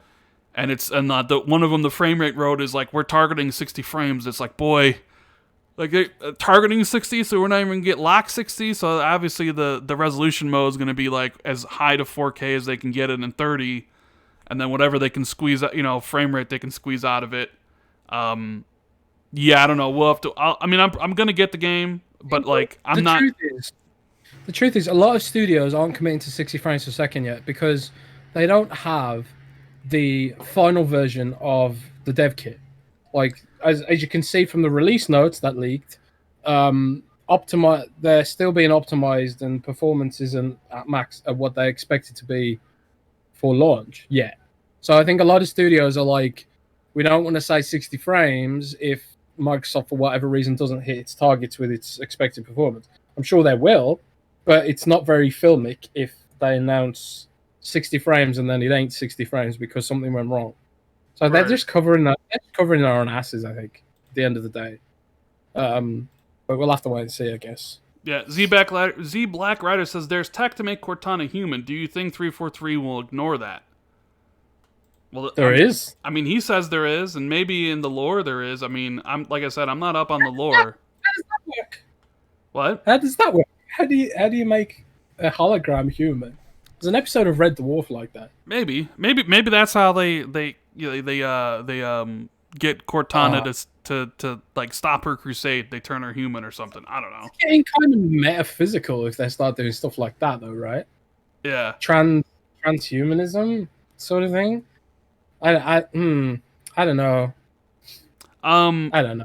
So, but on the complete kind of polar opposite of Avengers was Cyberpunk. Oh boy. It seemed like every YouTube video yesterday was about Cyberpunk or some manner. They gave out preview copies to a bunch of press, had their impressions of. Jez, I'll go second. You tell me about Cyberpunk because you tweeted out that you will hate yourself if you die before you can play it. What did you think of all the videos? First of all, I saw the game being played live on a PC about a year ago. I think it was at Gamescom or E3. Can't remember where it was. I think it was at Gamescom maybe. But it looked pretty mind-blowing then, but a bit maybe rough around the edges. The game has come along a mind-blowing about since then. And I think it's going to be Game of the Gen. I think it's going to be Game of the Year. I think it's a done deal. I think unless something goes terribly wrong, like the fact that it's still like, it looks like if you just look at it at the surface level, maybe without the UI and stuff, you'd be forgiven for thinking like it was something like GTA when he's driving around. But then like you see like him leveling up the car handling and all that sort of stuff, and you start to realize that it's still at its core an RPG, and it's still paying respect to the original tabletop game from the 80s and all that sort of stuff. And you know what CD Projekt Red's heritage is, which is ultimately RPG. And I saw a good take on it on Twitter that it's like the antithesis of The Witcher, where in The Witcher you're playing Geralt's story, you're playing as Geralt, and you're pretty pigeonholed into like how you can specialize him. You either specialize in signs or poisons or weapons basically, and bombs and stuff. Like there's not a huge amount of ways you can customize stuff. And like even the decisions you make, they never really go against what Geralt's core personality is like. They're more sort of like ambiguous choices and stuff like that. Whereas Cyberpunk feels very much like it's your story, it's your choices. You can very vastly sort of experience the game how you want to experience it. You know, like immersive sim, like Deus Ex, like Prey. You know, you can take a stealthy approach. You can go all guns blazing. Like, basically, what I really wanted Deus Ex Mankind Divided to be like, which ultimately didn't deliver for whatever reason. I'm excited for it beyond words, man. I can't even describe how excited I am. Dude, it looked incredible. We haven't done a game like this in years, man. And that, you know what I thought when I first saw this? I was like, this is what I would imagine if Square Enix came to, Eidos Montreal and said, here's $200 million to make an open world Deus Ex. That's kind of like almost what I had, because when I was watching him, like I didn't really get a Grand Theft Auto vibe whatsoever, and it feels. I only did when he was driving. Well, yeah, and driving maybe in the wastelands, but I didn't really get that from like watching the stuff. I didn't really get a like I didn't even, it seems almost like completely different than Witcher. Like it doesn't seem anything like The Witcher whatsoever. What seems like this seems like its own thing, which is great. You know, it's the antithesis of The Witcher. Yeah, so like you're not playing Geralt's story; you are you playing your story, and like, you can customize your pubic hair and your penis size as well. It's ridiculous. Which is very important. All those things, but like it looks so good. I know they're probably on like a high-end PC, but like that game looked like it looks so freaking amazing, and like the all the detail that they packed in that city, like I could November 19th, like on my Series X, and it's a shame that like the next gen upgrade won't be available day one. But my lord, like I just was watching that game like this is my jam. This is gonna be my jam. I feel it. Like I'm such a sucker for sci-fi stuff. It's that like I don't know, you know what I mean? So like I was more impressed by what I saw about Cyberpunk, and I'm if it's possible, I'm looking forward to it even more than I already was. And Commander Shepard says, "Look forward to listening to this podcast every week. I'm Commander Shepard, and this is my favorite podcast on the Citadel." Well, thank you very much. So yeah, Jez, you know what? Should we talk about? Let's talk about Mixer shutting down, shall we? This is kind of like a big topic. Mixer shutting down. Mixer like shutting down. Every few months we have to talk about some Microsoft product shutting down. It's like tradition now. Like, not only did they shut down Mixer this week, they also closed the entire Microsoft Store retail operation, save for like 3 flagships, I think, in LA, New York, and London. Every other Microsoft Store is going to close, which is crazy.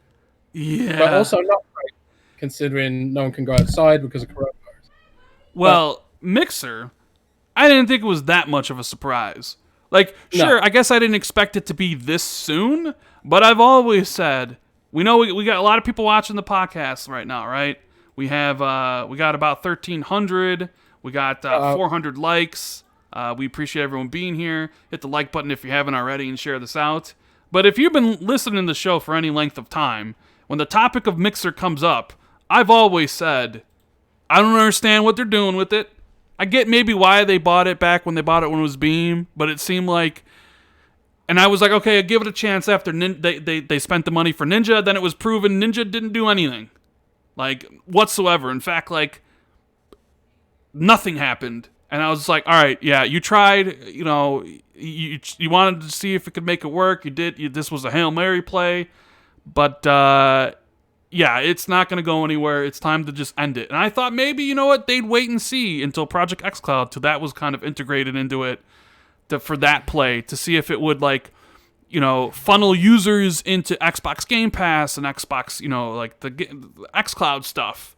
But clearly Microsoft had different plans, and they're like, you know what, no, we need to get rid of it. So I made the video about how I think this is better for Xbox, because Mixer was part of Xbox, and obviously money was earmarked for certain things that could have gone to other things, and I just kind of look at it now like all that money spent essentially on like what Ninja getting bought out at $30 million is like all that money that they spent on Mixer could have been spent in so much better spots, better places than that. Yeah, you know. I was one of the first Mixer partners, you know. You were first, and you know we amassed a nice little community in there, 10,000 followers, which was, you know, fairly decent for Mixer. You know, had a lot of fun streaming on that platform.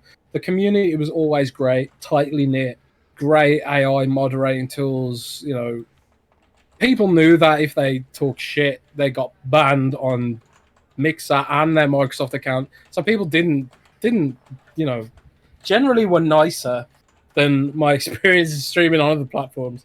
But, you know, again, it's like you. I completely agree that it became a money pit. It became a money black hole, and it became this sort of, the moment that Twitch, the Ninja acquisition was the turning point in its downfall, I think. The money that they invested in Ninja should have been invested in their homegrown talent. It should have been invested in the platform. It should have been invested in more staff. It should have been invested in growing the company culture, because from what we can see is that some of the stories that have come out since Nix's demise have been pretty, makes it sound like it was a pretty toxic, overstretched place to work, where you had a single person who was in charge of like huge amount of stuff because they were understaffed or whatever. But I think when they spent the money on Mixer, it thrust them into the limelight unready. They weren't ready for it. There's still clips. Something as simple and basic as having clips for your streams, that's still in beta even now, And the fact that they thrust themselves into the limelight with Ninja without even having basic features like clips ready or stable stream connections and stuff like that, that killed them. Because all the people that they were coming in to actually give the platform a serious look, they were going away with a bad taste in their mouth, and they were telling everyone else how bad it was. They should have bided their time, build up the platform to a polished place before thrusting themselves into the limelight, and before going all out and being like, oh, this is us, we're Mixer, blah, blah, give us some proper scrutiny. Because all people saw was, this is a Microsoft company, Microsoft's massive, why isn't this product good, and why isn't it polished, and why doesn't any of this stuff work properly? And that's all they did. All they did was see something that wasn't finished, and they just went around telling people Mixer's just hype, and that's all it is. And the fact that Mixer didn't grow during the quarantine period in early this year, that was the writing on the wall. I knew from that moment that it was just a matter of time. And since like Microsoft's like quarterly reviews are coming up, like this is where they review what their budgets are going to be and stuff like that. Mixer, obviously there was a choice between doubling down on Mixer or having that budget allocated elsewhere. And in the Microsoft store too, it's like, do we keep paying the rent on all those buildings, or given the fact this virus is not going away, especially in America anytime soon, do we double down on subsidizing the empty Microsoft stores, or do we get rid of them? And obviously they've chosen to get rid of them, which is, it sucks for anyone who's affected by it on Mixer and the Microsoft Store, like anyone who's lost their job and stuff like that, or the streamers who were blindsided. Some of them, I was talking to some streamers with really heartbreaking stories, like they'd actually moved house to Seattle to be closer to Mixer so they could work together on stuff, and they could be part of some of their edited content and help push the platform and all that stuff. And then Microsoft basically ripped the carpet out from underneath them, But I think Mixer was just badly handled. It was mishandled from the moment they purchased Mixer. That was the biggest mistake that they could have made, is putting themselves in the limelight with an unfinished product. And it is what it is. But it's like you say, they can now spend that budget more on things yeah. I mean, they could have just been like, you know what, we're going to save that money and not spend it anywhere. I mean, essentially they could make that choice if they wanted to. But, yeah, sure. But I think they were looking into getting rid of it. It was like probably late last year, after they saw after they brought in Ninja and Shroud and it didn't do anything. It was just like, yeah, what we want this Mixer to be is never going to reach what we need it to be, and it's costing way too much money.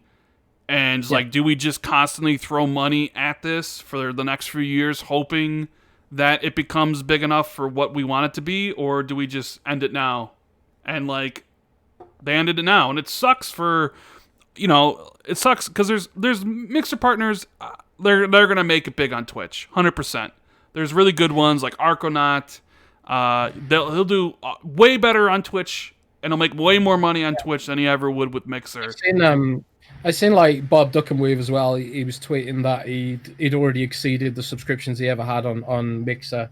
Yeah, I think a lot of the Mixer partners who are angry at Microsoft now, they're going to realize that Microsoft probably did them a favor. Like Mixer was a ceiling, an artificial ceiling that a lot of these streamers, they stuck with out of loyalty and decency of character, basically. But they're going to realize that Mixer was this ceiling, and Microsoft did them a mercy by letting them free to pursue a much bigger platform on Twitch, Or Facebook, because they offered like Facebook. They kind of partnered with Facebook to push people no, there. go to Facebook. Facebook, like, have you, dude? The whole it is really bad doing a deal with Facebook right now. You know what I'm saying? Like, the amount of people that tweeted me or messaged me in my video comments or DM'd me about worried. Because the other part of this was not only is Mixer being shut down, but like Microsoft was partnering with Facebook Gaming, where they would help Mixer partners make the transition. And there's the whole Xcloud thing, which we're going to talk about here in a second. But like Facebook, like the PR it's getting lately, I know like Zuckerberg like changed some stance today or whatever because a big time advertiser pulled out. But yeah, Facebook is a platform that is on the decline. No, you don't see like 12-year-old kids waking up anymore being like, where do I need to sign up to? Oh, Facebook? Yeah, I'll get right on that. Like, Facebook is aging out. And there are bigger and younger platforms that you want to target, namely one being like TikTok, right? But like Facebook has a bad reputation. So people were totally worried that suddenly their Mixer app or the Mixer integration on the dashboard would just be replaced with Facebook Gaming. And I was sitting there like, can you imagine that? How disgusting that would be if that would happen? Like, but of course, like when you actually think about it, like no way that would happen. And like Major Nelson said it wasn't going to happen that way, and Phil Spencer said that it wasn't going to happen. Yeah. The way it's gonna work is like it's like now when you download any app on your Xbox, like YouTube, it comes up with a pop-up like, do you want to share your data with Google? Mm-hmm. And you have to do that if you want to use Google service. And it'll be the same on Facebook. It's even like that now because you can link your Microsoft account to Facebook to get your Xbox Live friends across. And you can do that with Nintendo Switch, with Twitter and Facebook as well. But it's a permission pop-up that comes up. Do you want to give permission to Facebook to do this? So if you are a Facebook user, and 2.1 billion of us are apparently, you might enjoy those features or you might not. I personally, I only have a Facebook account for work. I have no friends on it at all. I just have it for work because you have to have a Facebook account to manage Facebook profiles. And I run our social media for Windows Central, so I need a Facebook account, sadly. But I don't really use the platform because it's awful, And Zuckerberg is like, he's so dismissive about criticism of the platform, and then like months later he'll backtrack and be like, "Oh yeah, okay, we admit we were wrong," blah blah blah. And it's kind of like, well, why did you just admit that in the first place, But I think the real important takeaway from this for Xbox fans is that it's going to potentially massively grow the user base, because one of the things they did talk about was bringing xCloud experiences directly integrated into Facebook, optionally integrated into Facebook. Like you don't have to use it, but like if you're on Facebook, it will enable some of the features that Google Stadia teased, like watching a stream on YouTube, and then you can click a button and go straight into playing the game via the cloud, or you can jump straight into someone's game via the cloud and stuff like that. Those are the kind of experiences that Facebook and Xbox want to enable for xCloud through Facebook. And that's a really important fact, because the only thing that's really holding back PlayStation Now and Xbox xCloud is the lack of a social graph. It's like the lack of having a social platform attached to it. So like Google has YouTube, and they haven't even started to integrate Stadia into YouTube yet. But when they do, the game could change, And then you've got Amazon has got Twitch, which is massive, and Amazon's working on a streaming service, and when they do, they'll integrate it into Twitch, and that could completely change the game there. And also, you've got Tencent in Asia, who are also building a game streaming service, and they have massive social networks, and they own the chat platform WeChat, which is one of the biggest in the world. Although it's not very popular in the West, it's very, very popular in Asia. And that's another massive social graph there. So like if you have these massive platforms that are now capable of console quality gaming, that have billions of endpoints, not millions, but billions of endpoints, developers could shift their priorities and be like, okay, well, there are hundreds of millions of people playing games on Google Stadia now through YouTube. Maybe we should prioritize developing for Stadia. And again, I'm not saying this is going to happen, But I'm saying in Phil Spencer's eyes, it would be irresponsible from a business perspective to ignore that possibility. So partnering with Facebook effectively nullifies that risk. It nullifies the risk of Google having a massive social platform that Xcloud can't compete with. And Google potentially isn't going to support Facebook with Google Stadia because Google is in direct competition with Facebook. Amazon is in direct competition with Facebook. But Microsoft isn't in direct competition with Facebook because they have basically no social platform except for LinkedIn, which you could argue is barely even a social platform. It's more like a job search tool, basically. Like nobody used LinkedIn as a social platform, really. But Microsoft has a small stake in Facebook as well, which gives them more leverage maybe than other companies in some cases potentially. And but this is all about the potential of streaming as a feature of social, which is you're gonna see a lot more of it in 2021 when Amazon and Google integrate Stadia with YouTube, and when Tencent break cover and start dropping all that money on those Western devs, and they're gonna do it. They're gonna do it. And they start making their games exclusive to Tencent streaming platform, which you have to use Tencent social media to. No thanks. Yeah. No thanks. Exactly.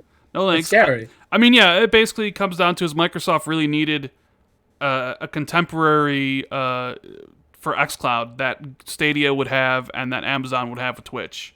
And that was one of the reasons why Mixer was being pushed, and they wanted Mixer to be. And clearly it was never going to get to that point. So, like, well, the next best choice is Facebook and then Instagram.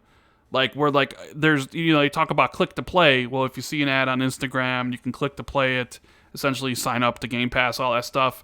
You would think maybe Microsoft should partner with Twitter or maybe even perhaps TikTok to get as maximum amount of coverage as possible for that. I'm just saying, I don't, like, TikTok is massive, like. Well, but that's the thing. It's like, if Microsoft partners with Facebook, not only do they have access to Facebook's front end, that they also have access to Instagram, which is growing rapidly as a video platform too, and they have access to, God, who knows? Maybe even you could play Xcloud through WhatsApp. You could just link a stream to WhatsApp and connect to people through that. It's all about creating the ease of access for people who aren't like us, people who aren't willing to go through the hoops of setting up a console or a gaming PC. There are millions of people out there who are just like, they don't love gaming enough to get into it, but if you made it as easy as possible for them, they would give it a go, kind of like Candy Crush, Yeah. But like, it's all about improving the access and removing the barriers to do that. And to do that, you go where they are, and they are on social media, increasingly so. So it's a smart play by Microsoft. It's not going to affect Xbox users in anything other than a positive way, because you have to remember, every single Xcloud stream is basically another Xbox console. Every single Xcloud server being used is a virtual Xbox in the cloud. So that might as well be part of your install base. And when Microsoft can turn around and say, okay, we only sold 35 million Xbox One consoles this gen, but next gen they'll be able to say, just for example, let's say they sell 30 million Xbox Series X's over the gen, and maybe they have 50 million Xboxes in the cloud through Xcloud, then that's a much bigger platform for developers. And you won't get those scenarios where developers are like, oh, we're not going to bother putting our game on Xbox because we don't have any users there. They'll be like, oh, there's lots of users there. Okay, a lot of them in the cloud, but that doesn't matter because when we make a game for Xbox console, it also works on the cloud because that's the smart part of Microsoft's design system here. It's like, if you make a game for Xbox, you also make it for the cloud.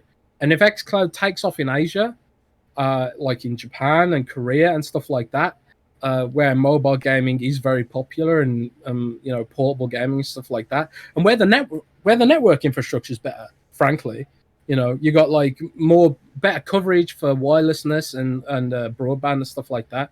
That could be a way that we finally get our Japanese games on Xbox too.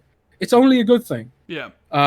It's only a good thing. So, and again, this whole streaming thing could pan out to be nothing, but I I don't think it is going to pan out to be nothing. All right, well, I got to give a shout out to Sin Vendetta. He says, Microsoft gearing up for that $400 Series X and $200 Lockhart. That would be amazing, but I definitely do not think that is happening. I know people want the $199 Lockhart to be real, Jazz, and the $399 Series X, but I think that is a pipe dream, and I think that has 1% chance reality of happening, probably even 0. I think if you're going to go in there expecting systems that cheap, you're only going to end up disappointed when they eventually announce these prices. You know, Jazz, do you have any feedback on that? Because I just can't see prices that low.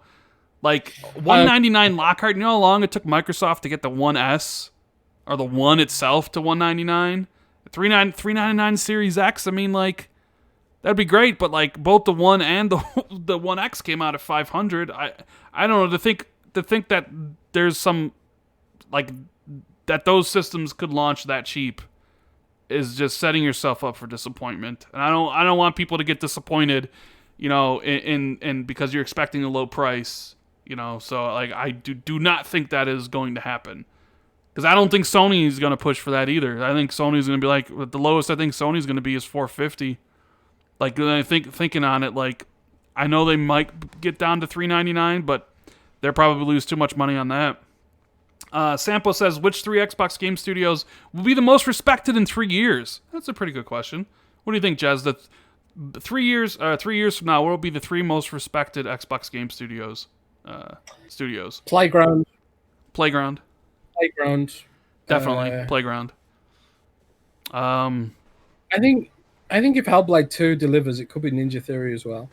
Yep, I agree. Playground, Ninja Theory, and 343. If Halo maybe. Infinite delivers, 343. And I gotta say, dude, I know we probably don't give them enough props on this podcast because you don't like Minecraft, but Mojang's the biggest money maker at Microsoft right now. It ain't your Halo. It ain't your Gears of War. It's your Minecraft, you know.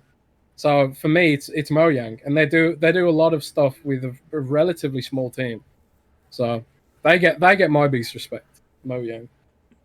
The Geeky Nerd wants to know if Microsoft took a loss on the X or sad. I know for the X they sold it at basically cost, so they didn't lose, but they didn't make. They pretty much sold it for what it was like made for, and I just don't really see them losing it. Like, they might lose some money if they want to match Sony at $450. But, like, I don't think you're going to see them take just a gigantic loss on a console. That's not, like, the business model anymore. It's like they'll sell it at maybe a slight loss to be price competitive or, like, right at cost. They're not going to try to sell it for $100, take a $100 loss on all these things. Kid Smooth, shout out to the best bot. Will you do timestamps after show just getting in? I don't really like doing timestamps. You know, I know someone used to do them for me, and I would put them in there. I just like people to listen to what they listen. So, you know, if someone, I personally won't do it because I don't listen to the show after it. I do listen to all my videos like more than once, so because I have to edit them. But once I do the podcast, I really don't listen to the podcast again. So, and I don't really take notes about when we talk about stuff. I just have a list of topics that I run through. So. Yeah, Pixelbit G says, did you take note that Paris said CD Projekt Red allowed people to preview Cyberpunk 77 via streaming? That's crazy impressive. Yeah, because that's how they gave access to all those people. They basically streamed it to them, or, you know, via streaming service like Stadia. So it was through an app which I've never heard of called ParsecGaming.com. Crystal clear 60 frames per second interactive streaming, fine-tuned for gaming and perfect for anything else. I had never heard of this before, but apparently that's what was used, and everyone I know who used it said it was really, really good. Yeah, and Faisal says, do you think Gears should be reimagined? Double Fine is going to be big thing with Banjo if they do it right. Wishful thinking. I do think Gears should be reimagined. I do think Gears should go on break. I don't mind if Double Fine is making Banjo. It seems like they would be the right studio to do that. So yeah. I know Jazz really wants Banjo to come back. Especially... No, to be fair, I think it should come back. I think, like, there's a huge dedicated fan base there. There's a lot of nostalgia, and Microsoft doesn't really have a 3D platformer mascot to tap into. I think it definitely should come back. Actually, I just don't know who the right dev would be. Just I don't know. Maybe get the ukulele devs on it. I don't know. What says, hey, the business model is subscriptions. The more consoles Xbox sells, the more Xbox Live and Game Pass for Microsoft. I could see Microsoft taking a loss to get more subscription services. Sure, but depends on how much the loss is. Are they going to take over $100 loss to push consoles and push subscriptions? Probably not. Will they take a smaller loss to price parity with PlayStation? Probably. But I don't like. You're talking about a $199 Lockhart. That's what people are talking about here. A $199 Lockhart. Let me tell you, that thing would be a massive loss. And sure, you could push that out. More people would probably buy it, and people getting subscriptions. But the initial loss would. They would have, I think you're looking at a $299 system, and it could be even more expensive, $350, because I think that's how much the system costs to make. And sure, Microsoft could afford to lose that money, but they're just not going to, just because they can do it. Yeah. Let's see what else we got here. Yeah, so the Microsoft store also shut down, which is weird because they have that section on the store, right?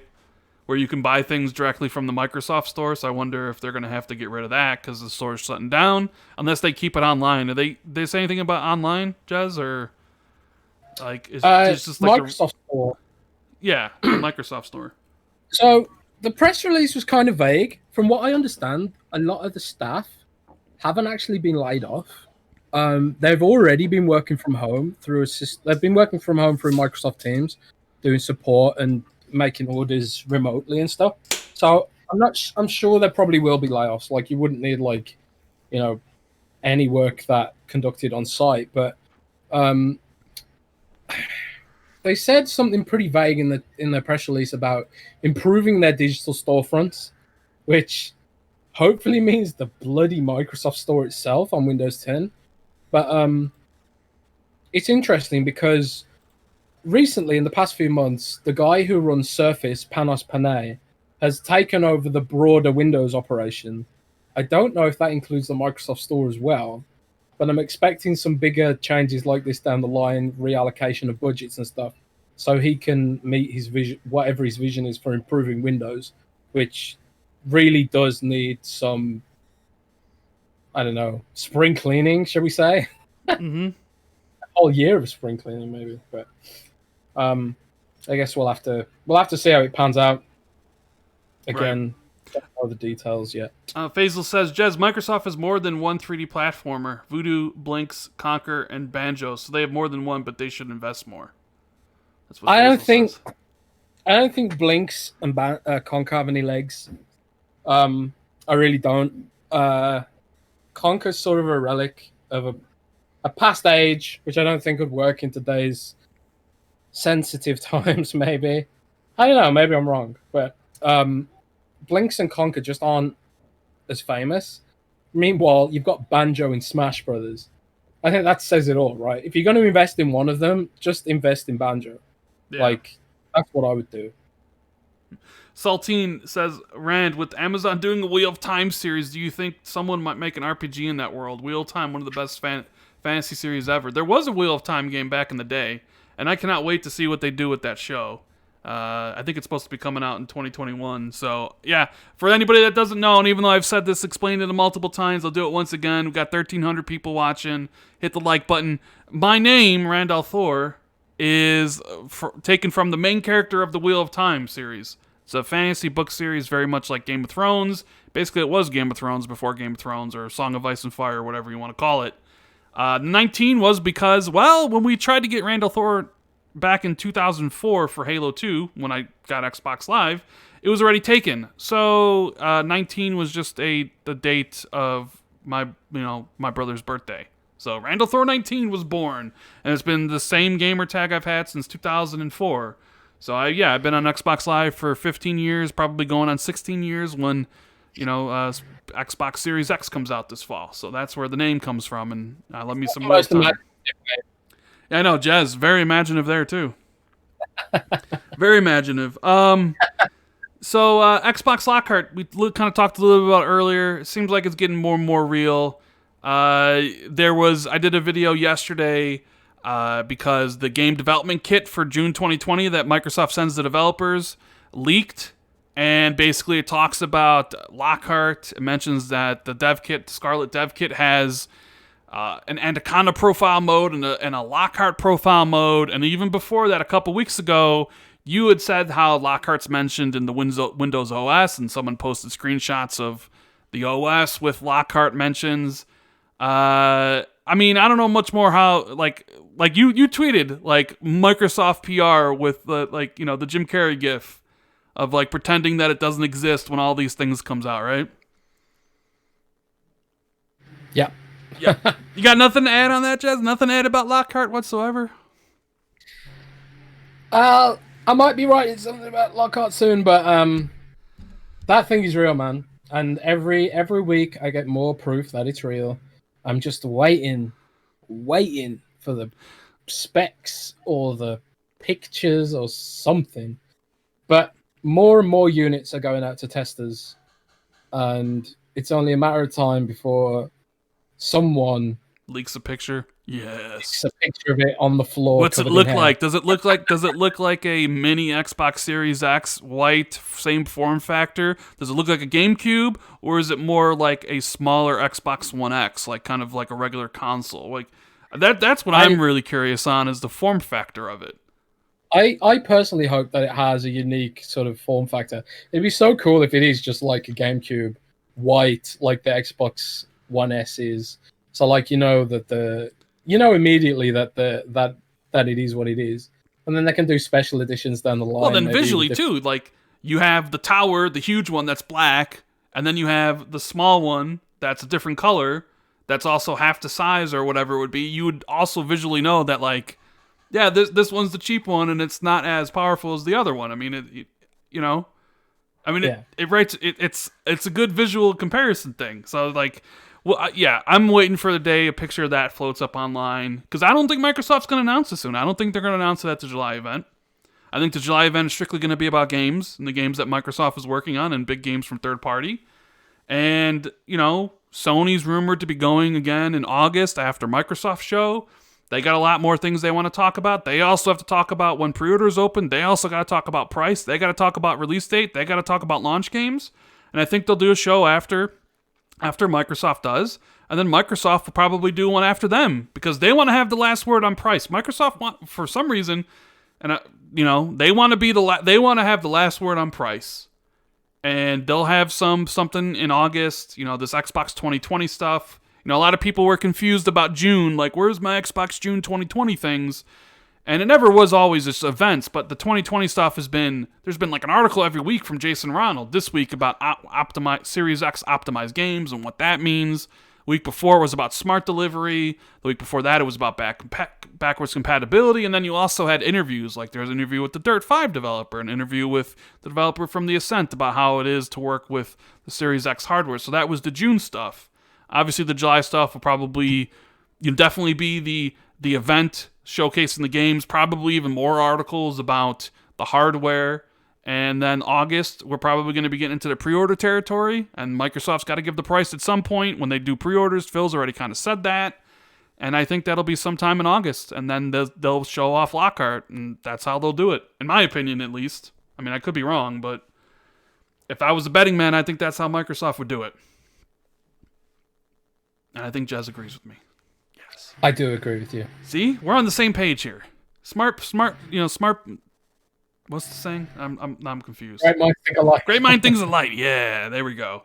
Sin Vendetta says, hey, Jez and Rand, do we have an idea if the Series X will handle game sharing the same way as this generation? That's an interesting question, as my buddy Sam would be out of so many games if they changed it, because all those games are mine.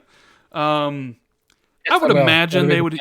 I would imagine it'll keep it the same exact way. You get a license for the gamer tag that buys the game in the console and whatever home console you're using. I don't think they'll change it. I think having game sharing actually increases digital sales of games, especially if you partner up with somebody. I think there's probably even statistics that use it. And that's just kind of how the licensing is handled. I don't really see them changing it at all. They won't change it. It's the same.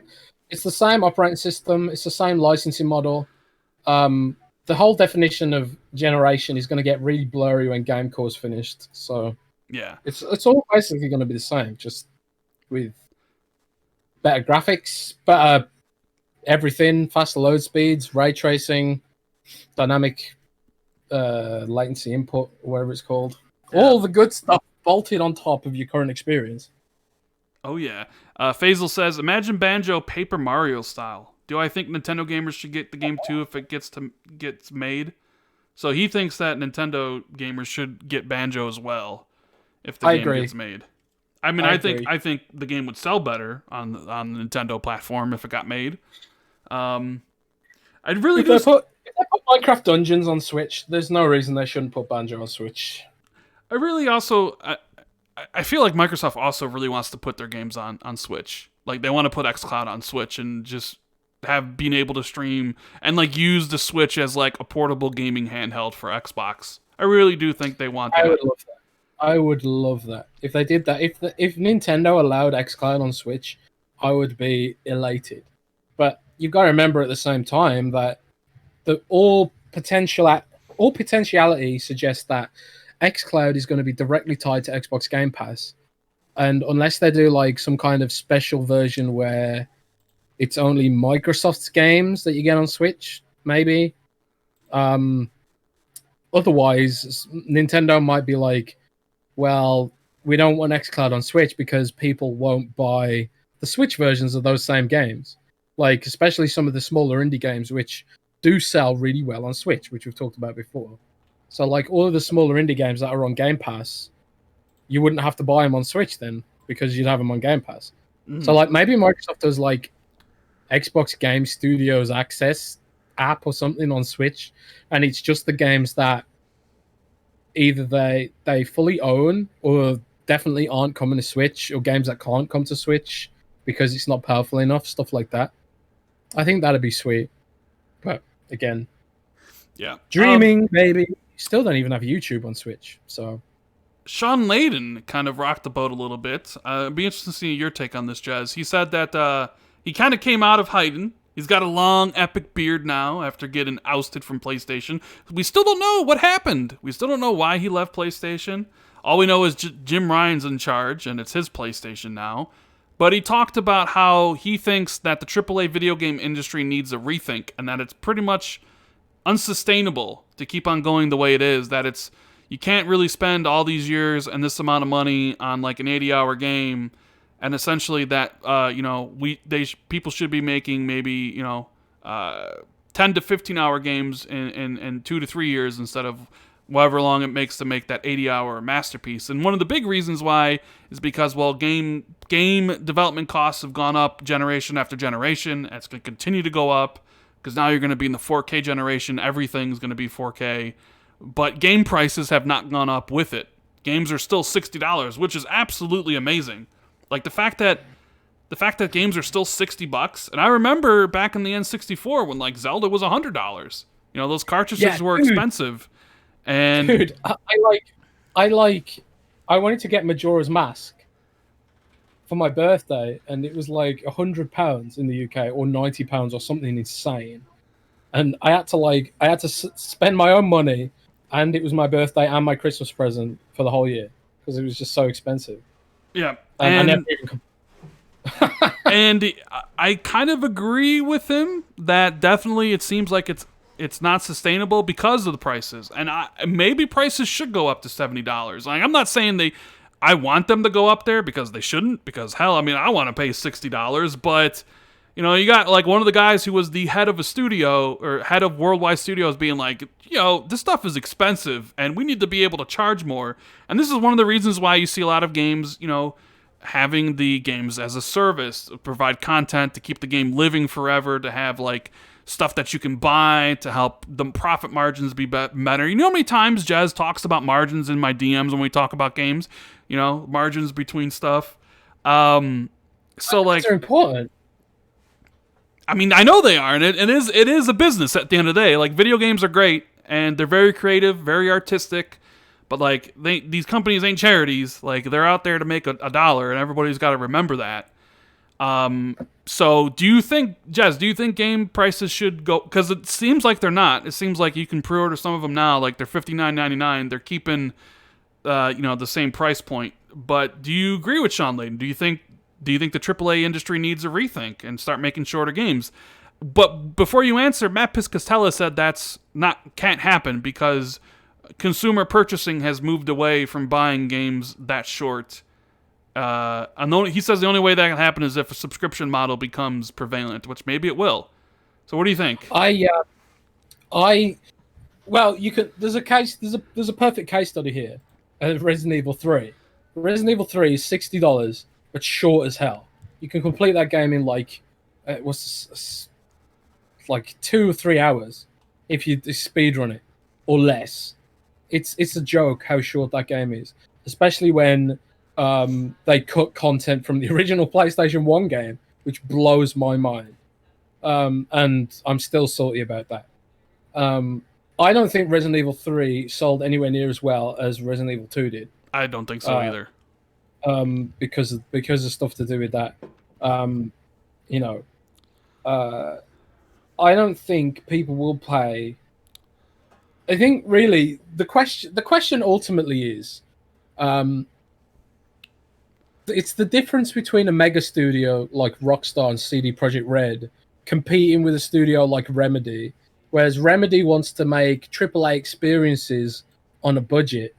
They can't really make them huge, vast experiences like Grand Theft Auto, Red Dead Redemption, or Cyberpunk, but they still want to make these cinematic experiences, which are very expensive. They're very expensive to make. All the motion capture you have to do, all the graphics you have to do, and the high quality voice acting you have to pay for, and all that sort of stuff. But to stretch it out to like a longer playtime to really reach up to that level where people are mind blown by it or whatever, and it creates like a sort of cascading experiences and talking points that will keep it in the public eye for like a long time. It's a lot of money, and it's a lot of upfront cost and risk. Can you imagine if like Control is like well known to have not sold very well, and can you imagine if they'd invested twice as much money, made it twice as long, and it still didn't sell very well? It's like a massive amount of risk, and I think more what he's talking about is like the amount of risk that studios are willing to take on. Like when it comes to Microsoft and Sony, they can subsidize that risk with hardware sales and services. But a publisher like Square Enix, they can't subsidize that risk, which is why they go with these like timed exclusivity deals, like with Microsoft for Tomb Raider and Final Fantasy VII for PlayStation, because they can subsidize their risk by taking a backhander from the the platform holders. And then you've got, other Square Enix games like Deus Ex Mankind Divided, which they cut a chunk of the budget and plowed it into a sort of shallow multiplayer mode, just as an excuse to have microtransactions, just to try and, reduce the amount of risk. And just on the off chance that the multiplayer version would take off, people will buy the microtransactions and then make some of their money back or whatever. Like Square Enix especially is one of the most risk-averse publishers I've ever seen. And you're gonna see more timed exclusives from Square Enix in the future as well, by the way. Oh yeah, I know they didn't announce Final Fantasy 16 as exclusive to PlayStation, but I have this suspicion it will be, at least for a year. Yeah, I think like you can bet money that Final Fantasy 16 will be exclusive to PlayStation. I think. Yeah. But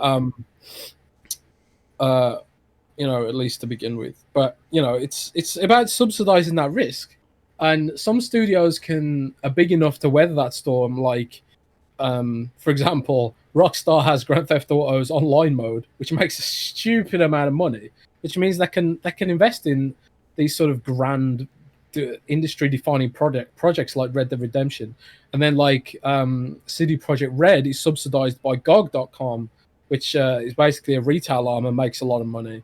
And and stuff like that. So I think what Sean Layden's really talking about is the the whole model, it's unfair, I guess, because some studios are able to make these massive games that are like huge and cinematic, whereas other studios aren't able to do it. Yet at the same time, there is a stigma about a $40 price point or a $30 price point. There certainly is. Yeah. If Control had launched at $30 or $40, people would have, especially the hardcore crowd or the influencer crowd, they would have just presumed that it wasn't very good. So it's a strange topic to discuss, really. Well, because you steer into social engineering and marketing and this whole idea that how do you determine the value of a game simply from its box art? And unfortunately, that's how a lot of people do. Like, it's funny. I was talking to someone from the industry the other day about a game called Human Fall Flat. Have you heard of that? Yes, Human Fall Flat. I've definitely heard of. It's a huge game. Like, it's got like 100 million players. Did you know this? I didn't know it was that big. I did not know Human Fall Flat had 100 million players, but it has 100 million players. You would never guess that from the box art, would you? I looked at Human Fall Flat's box art and thought that game's not for me, but it has 100 million players. Like, yeah, granted, a lot of them are on mobile, but it's a huge game, and it's sort of like sometimes it's the games that you don't expect that end up going viral and stuff like that. It's interesting. You know? Now, the price thing is interesting because EA recently showed off that Star Wars Squadron game. And I did see a lot of people say, when it was revealed that it was $40, say, okay, what's wrong with the game? There is a sense now that if it's not full price, and if it's not an indie game, like where people look at indie games and be like, okay, you know, we understand why you're 10 or 15, but if you're like that type of game, well, why is it $40? There must be something wrong with it. Especially EA. Like, why is EA selling a game that's not $60? So it's, you know, I don't know. Like, I kind of agree with Sean Layden about the price thing, though. Like, the price for games has been $60 for so long, but nah, the game prices haven't gone up. So it's like, but games keep on getting more expensive. Like, I can only fathom how much Last of Us Part 2 cost to make. I can only fathom because it's not like it's a 10-hour game. Last of Us Part 2 is a 26 to 30-hour experience, right? They have custom animations for like everything. Like when you upgrade weapons that it really didn't need. Like, I can only imagine the amount of work, the amount of people that worked on it, how long they worked on it for, and the cost of it all. Because it definitely had to have been a really, really expensive game. Like, ridiculously expensive. Yeah, but that's the thing. It's those games that generate hype for your platform, deliver fans and stuff like that. Like, and Sony can subsidize that for all their services and their sales. Like, selling Fortnite microtransactions is like a huge driver of Sony's revenue. Yeah. You know? Well, we don't think about this stuff a lot of the time. We got a question from Face. He says, Rand and Jez, Last of Us 2 broke records and became massively successful, selling over 4 million copies. Does the controversy surrounding the game make it more appealing or made it more appealing? I don't think so, because I think it sold those copies before the controversy. I know a lot of people will say, like, oh, get woke, go broke, right? Isn't that the whole thing? Like, like when the leaks came out, a lot of people were like, get woke, go broke. You know, certain YouTube channels out there really kind of hammered it home about the, you know, progressive politics, I guess, of the game, which turned out to be not true, of course, because people were taking things out of context. But I think, and I mentioned this earlier when we were talking about Last of Us, I think there's an echo chamber on YouTube and Twitter where it doesn't really reflect maybe the gaming at large to a certain extent. And I would imagine most of the 4 million people that bought that game probably had no idea about the leaks or any of that stuff. It's just a very, it's a small amount of people. Granted, it's a very vocal amount. And I mean, I guess the only way to know for sure is like, what does Naughty Dog's next game do? If Naughty Dog's next game comes in and sells horribly, well then well, maybe it wasn't so much an echo chamber. Maybe plenty of people had issues with The Last of Us, and Naughty Dog has just ruined their reputation. Only time will tell with that, but I don't think it made it more appealing. I think people just loved The Last of Us 1. The Last of Us 1 came out, people called it the greatest game of last generation. I think Metacritic named it that. It definitely is fantastic. And then when people shifted from Xbox 360 to PlayStation 4 because everything that was going on, and more people came to the PlayStation ecosystem and didn't know about Last of Us and played the remastered version, they fell in love with it. And then when you finally do the sequel 7 years later, where you give people time, and I've always stressed this, especially when it comes to Xbox stuff, when you give people time to miss something, they're going to want it even more when it's finally given to them. When you piecemeal out the same thing every 2 to 3 years, eventually people just are like, I've played this. Like, you know what I mean? You need to give games breaks, right? Grand Theft, when they ever announce the next Grand Theft Auto, it's going to be absolutely freaking massive. Because Grand Theft Autos they're an event. And this is what The Last of Us was. It was an event. It was a game 7 years in the making, essentially. So no, I'm not surprised it broke records for PlayStation. It's at the end of the generation when everybody owns PlayStation. It's 7 years later. People were salivating over Joel and Ellie's next adventure. It looked ridiculous. The graphics and everything like that. Like, no, I'm not surprised. I don't think the controversy made it more appealing. But that's just my take on that. What do you think, Jez? Jez Sorry, doesn't say anything. I had the mic muted. I was typing. It's fine. Yeah, I agree. I don't think unless you see sales dip in their next game, then yeah. I think it's the thing about these sort of echo chambers and stuff. It's like we all joke about Stadia being dead, for example. We all laugh at it, and lots of people tweet about it, like their Destiny servers only have a few thousand people in it. Like, we laugh about that stuff, but arguably it's still in beta right now. They're barely advertising it. They haven't even integrated it with YouTube yet, and all that sort of stuff. It's not for us. Potentially, it's for normies out there who maybe don't want to access games in the way we are used to accessing games. We've grown up with consoles. We understand consoles through and through. Like, explain a console to, like, your grandma or something.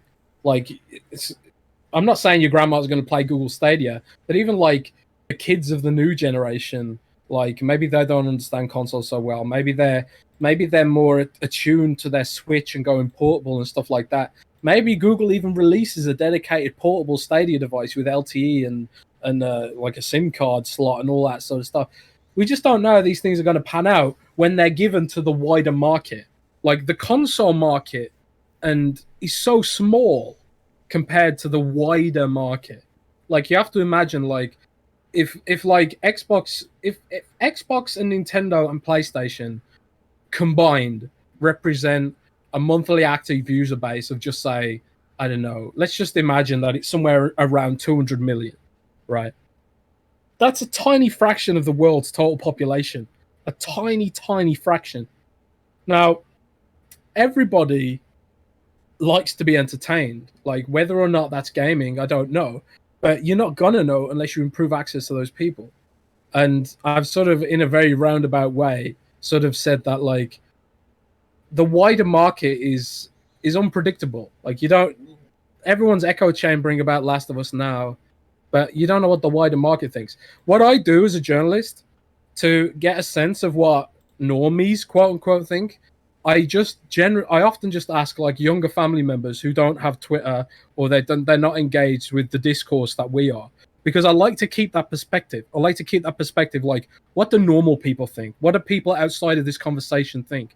Because it's important to know what they think, because those are the people that Sony and Microsoft want to target eventually. They don't want to just have the console market. They want to have a bigger market, and developers want to have a bigger market. And how do you get to that bigger market? The bigger market of people who aren't buying consoles right now. And I think that's why it's important when you see things like if a YouTuber says everybody hates The Last of Us, but then it sells 4 million copies, that kind of says, maybe that guy's being sensationalist or is living in an echo chamber. Yeah. You have to sort of remember that we all live in an echo chamber, and if you're not constantly aware of, if you're constantly not cognizant of that fact, you can get lost in it, especially if you're a YouTuber or a content creator or a personality in this business or this industry. You can get lost in that echo chamber. But it's Phil Spencer's job not to get lost in that echo chamber. As a platform holder, it's his job to look for wider opportunities, and developers' jobs too, to look for wider opportunities. And I've gone on a complete tangent. It's okay. And it's okay. had Jez. too much caffeine. It's okay. Too much caffeine. It's okay. Phil Spencer talked a lot about the PS5 and Series X. He said that he watched the PS5 reveal. He thought they did good, and that he's looking forward to what they have to show and that how they'll show up. So he seems very, very, very confident in their plans for next generation, as you would hope so, as what you would expect. Being the head of Xbox. And then there was a dig where he said, when we made the console, so when you play our games, we want you to hear our games, not the console. I thought that was an interesting comment to make. And then he talked about like the Series X and that, like, how the hardware performances that they've built into the machine will become very apparent over the course of time. That they wanted the performance to be stable, which is of course a dig at the variable clocks the PlayStation has on the GPU and the CPU, where Xbox is a very steady clock speed on both of those.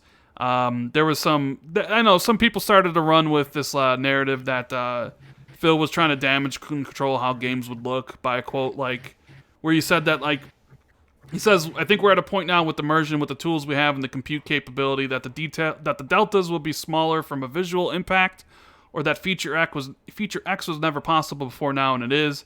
And that might sound depressing to some, but what I would say is the advantage side of what I'm seeing now is really immersive nature of the content that's getting creative. So a lot of people ran with this quote as saying that, like, he's damage controlling because Halo Infinite's going to look like dog shit. But, like, it just kind of reinforces exactly what he's been talking about the whole time, about, like, them lowering latency for the Series X and the whole frame rate that they're trying to, they felt like there's a big area with frame rate that they can do and how that feels with their game. So it's like, I read that and I'm just like, well, this is exactly what he's been talking about forever. But of course, there's trolls out there who want to take everything he says and kind of twist it into something it's not. And those people are kind of, pretty pathetic in my opinion. What do you think about his comments that he said about during the whole Game Lab thing? Because he said quite a bit of stuff. Anything that stands out to you? I thought it was interesting because, like, it's kind of like HDR and 4K. Like, you don't know how good it is until it's taken away from you.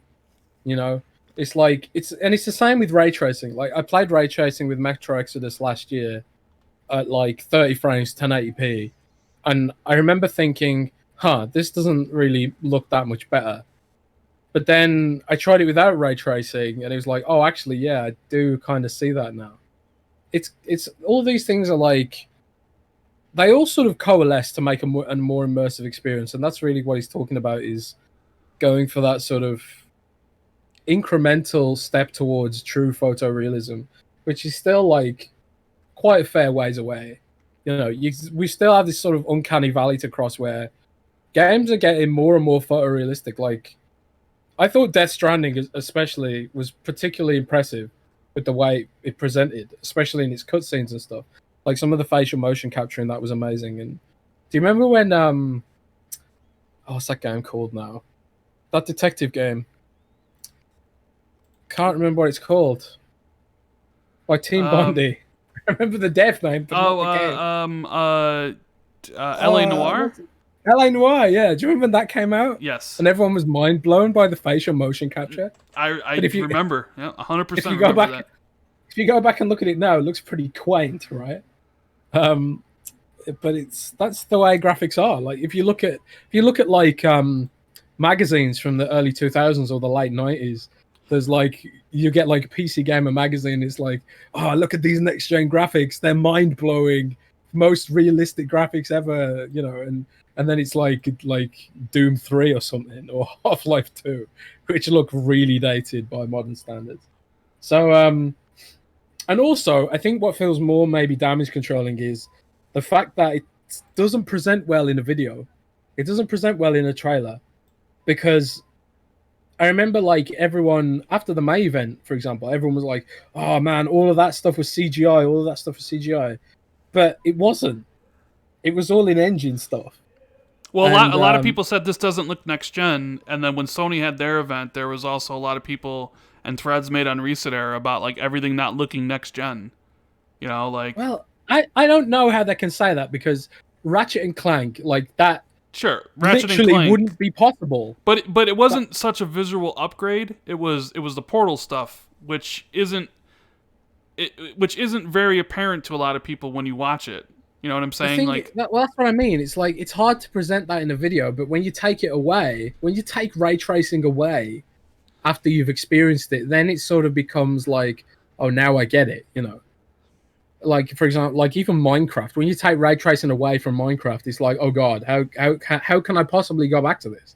Like I've been playing Minecraft's ray tracing beta on PC for a while, but because of the Nether update, I went back to play it on Xbox, and there's no ray tracing on Xbox, and it looks like Minecraft again, and I want the ray tracing back. You know, it's I don't know what people expect, and you've got to remember as well, just because you've got more graphics doesn't necessarily mean you've got more staff to go and touch up all those pixels. You know, like the more complicated game worlds get, the more they're going to rely on automated tools and copy and paste and all that sort of stuff, because you need bodies and hands to fill in all of that RAM, you know.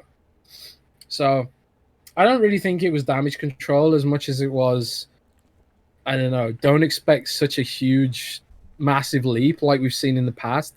Like he specifically used the example of 2D to 3D. Like we're not gonna have an inflection point like that again, where it's like all of a sudden gaming shifts to a new paradigm. Like this is it now. Like we're not gonna get 4D gaming. but Phil's always talked about the feel of games, and you can't get that from watching a stream, and you can't even get that when they stream it at 60. It's like it's something that you play, the latency between you and the controller, and then what the frame rate of the game is. That's what he's always been talking about, and you know. And like the visual upgrades maybe necessarily won't be present immediately, but like as always, when you get towards the end of a generation, when developers have time with the hardware, they'll get stuff out of it, and games will look much better at the end of a gen than they will at the beginning. But then you look at a game like Rise, that was a launch title for Xbox One, still looks incredible now, you know. So it's very interesting what Phil Spencer had to say about the Game Lab thing. I might have to make a video about that, but. We went way over 2 hours. We still have some questions if you're up for it, Jez. You want to answer some questions? Hell yeah, man. All right. So these podcasts are at 9 o'clock. It's like a whole different. I know it's a whole different thing for you. So we appreciate everyone being here for the podcast. Thank you guys. If you enjoyed the show, make sure you hit the like button, the subscribe button, the notification bell, so you're notified when it's live, and follow me and Jez on Twitter. You know, if you're listening to this later on, iTunes or Google Play, we appreciate you. Hope you enjoy your weekend. We're going to take some questions, so if you guys have anything you want to ask, make sure you put them down, and we'll get to them as best as we can. Faisal in Super Chat says, 4 million copies is not a win compared to the first one. Well, I mean, it was 4 million copies in essentially 3 days. If it's going to pass the sales of the first game, you got to give it some time to get to that point. You know, the first one's been out for 7 years and had a re-release on the PS4. So, and also this hasn't got its multiplayer mode yet. Yeah, but I would expect the multiplayer mode is going to be separate. I think it's going to be separate. That will market the single player. Though. Yeah. Faisal then says, "Hey, the Neil Talk presentation where he talked about." What's that word? I always say this word, misogyny, and involving Nita Sarkeesian. This is all politics. I don't know why people ignore that. I mean, I did see his talk about that and the over-sexualization of characters and stuff. I just don't really see too much political stuff in the game. I think most people have problems with certain aspects of it. I don't think there was anything overtly political in it, but that's just one man's opinion. People are so sensitive these days. If they see anything remotely outside of their narrow worldview, they get all triggered and upset and like, oh my god, my ego's being attacked. Like, just play the game. All right, we got some questions, Jez. You ready? Jordan James, do you think they should go with the pre-recorded show instead of a live event? 100% it should be pre-recorded, and I'm pretty sure it is. I do not think it'll be live. Jez, you think it'll be live? Do you think it'll just be pre-recorded like all the rest of the stuff? I mean, there's no way it's going to be live, right? I don't think no way it's going to be live. Logistically, that would be a nightmare. I do know that some of the gameplay for the event has already been recorded. Yes. From certain big Microsoft studios. So, what big Microsoft studios would that be? Oh, I don't know, man. I mean, do you think 343 already has been planning for this since last year when they were planning on for E3? You know, like. Don't know. Yeah, I think it'll be a pre-recorded show that they set up and they record in the segments. It's obvious. I don't think they can do it live. I mean, they could do it live. I think it just would be a pain in the ass. So they'll just do it. They'll record it and like set up a premiere on YouTube or stream it. Emperor Zergi says, "Do you think Cyberpunk would have been better as a third-person game? All that customization seems to be waste if you can't see it." I actually like the fact that it's a first-person game, to be honest with you. I don't really care about customization that much, and I've said that repeatedly on this podcast, that normally I usually pick the default character because I don't care what my character looks like. I know people spend all this money on cosmetics and gun skins and stuff. I don't care. As long as the gun performs the exact same, I don't care if it's... I'm not spending money or changing the color to look red or pink or purple or stuff. I don't care about cosmetics. And watching that game, like, I actually really enjoy the fact that it's in first person. But I understand why some people want it to be third person. With that said, I do get why people want it to be third person. I think, like... I prefer it in first person. Like, I play Skyrim and Fallout in first person. But it'd be cool if there was the option, at least. Oh, like I mean, I do switch? know that some of the execution animations flip out to third person, I think, don't they? At least they did last time I saw it. Kind of like Deus Ex. Because you've got those, like, mantis blades or whatever they're called, that attachment you can get if you're playing, like, a stealthy character. When you cut someone in half with them, I'm pretty sure it zooms out to a third person view so you can catch a glimpse of it. And also, you're a third person in cutscenes, so it's not like you never see your character. I don't know. Yeah. Let's see. Next up, we got Faisal. He says, "Jez, you're causing us of being sensitive. You're being sensitive now. It is freedom of speech since it's not harmful to be any. Be open-minded, Jez. Not everyone agrees with you." There you go, Jez. Stop being so sensitive. I don't care. Jez doesn't care. See, I literally don't care. Like, I literally couldn't care less. I personally don't. I didn't see any politics at play. I know that Neil does have politics, and he's friends with Anita Sarkeesian, who I don't particularly like very much. I don't like Anita Sarkeesian either. But you got to remember that the whole world has a different approach to this than often what the stuff that I see coming out of America. Like, in America, it feels like literally everything gets politicized instantly. Like, people are even arguing about whether wearing a mask is a political issue. You know, in Europe, it's not a political issue. Everyone just agrees that wearing a mask is a good idea to stop the spread of the virus. But in America, it's a political issue, like my freedoms. You know, it's just comic. It's comedy to me. You know, so that's a culture clash thing, I think. Yeah, it definitely is. PL435. When is Rand going to play Pokemon for charity? I mean, I already played Pokemon for charity, and it will never happen again. Never, ever happen again. Let's see. Scrolling down the list. L. Paul says, will you guys be disappointed if there's no Lockhart? Not really, no. I mean, because I'm getting Series X, so it's not like I was ever getting Lockhart. You know, will I be disappointed? No. I mean, Lockhart is for that normie audience we were talking about earlier. Like, the vast majority of people listening to this podcast, if they are going to get an Xbox, they're probably going to get Series X, aren't they? Because what's the hardcore option. But you might get your kid a Series S, or someone who's on a tight budget might get a Series S. So I personally would be disappointed because I think it gives it gives customers less options. I prefer to have those options for customers. Beat Sensei says, would you be interested in playing a future Halo RPG open world game, or should 343 just stick to linear FPS? No, I'm all for studios branching out creatively. Like look at Guerrilla.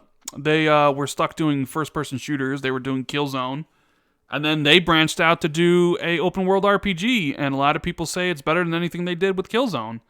And now they have all this critical acclaim, and people look a lot more highly on the studio. So yeah, I'm down to play a Halo, RPG, an open world game. That's great. I love Halo. Like any great quality AAA Halo games, I would definitely be down to play. Kevin Rosato says, hey, Rand, do you think the July event is late July, or do you know it's late July? And by the way, love the streams and shout out from Puerto Rico. Puerto Rico. Damn, thank you for listening. I think it's late July. I don't leak stuff. I'm not a leaker, okay? Let me do it then. Shall I do it? You say what you want to say, Jez. I know it's late July.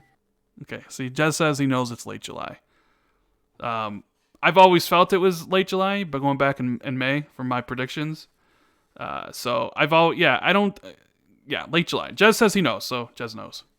Late July. Thanero says, how many games do y'all expect at the show? Number of 2020 releases. How many games do we expect at the July show, Jez? 15,000. 15,000. No, that's an interesting number because we don't know how the length of the show yet. It's kind of like that May event where they were like, we have a May event, it's third party, but we didn't know the scope of the show and you didn't know the length of the show. So it's hard to predict how many games could be there. Now we know Sony showed off 26 games in an hour length. So how long is the show? What's the breakdown between third party and first party? Are there going to be long demos? Because if you have a 5 to 10 minute demo of Halo Infinite, that definitely is going to impact how many other games you can essentially showcase. So how many demos are in it? They're going to obviously impact how many games that you can essentially show. So I would expect a good fair bit amount of games from Microsoft first party, and then a good bit of games from third party. I definitely would say more than 13 from the May show. Maybe somewhere in the 20 range. But that's all dependent on if they do like lengthy gameplay demos. So we'll see. And for 2020 releases, well, Halo's going to be one. I expect Psychonauts to be a launch title. Gears Tactics will probably launch with the console. I think Phil already confirmed Flight Sim will be in like beta on the console as well.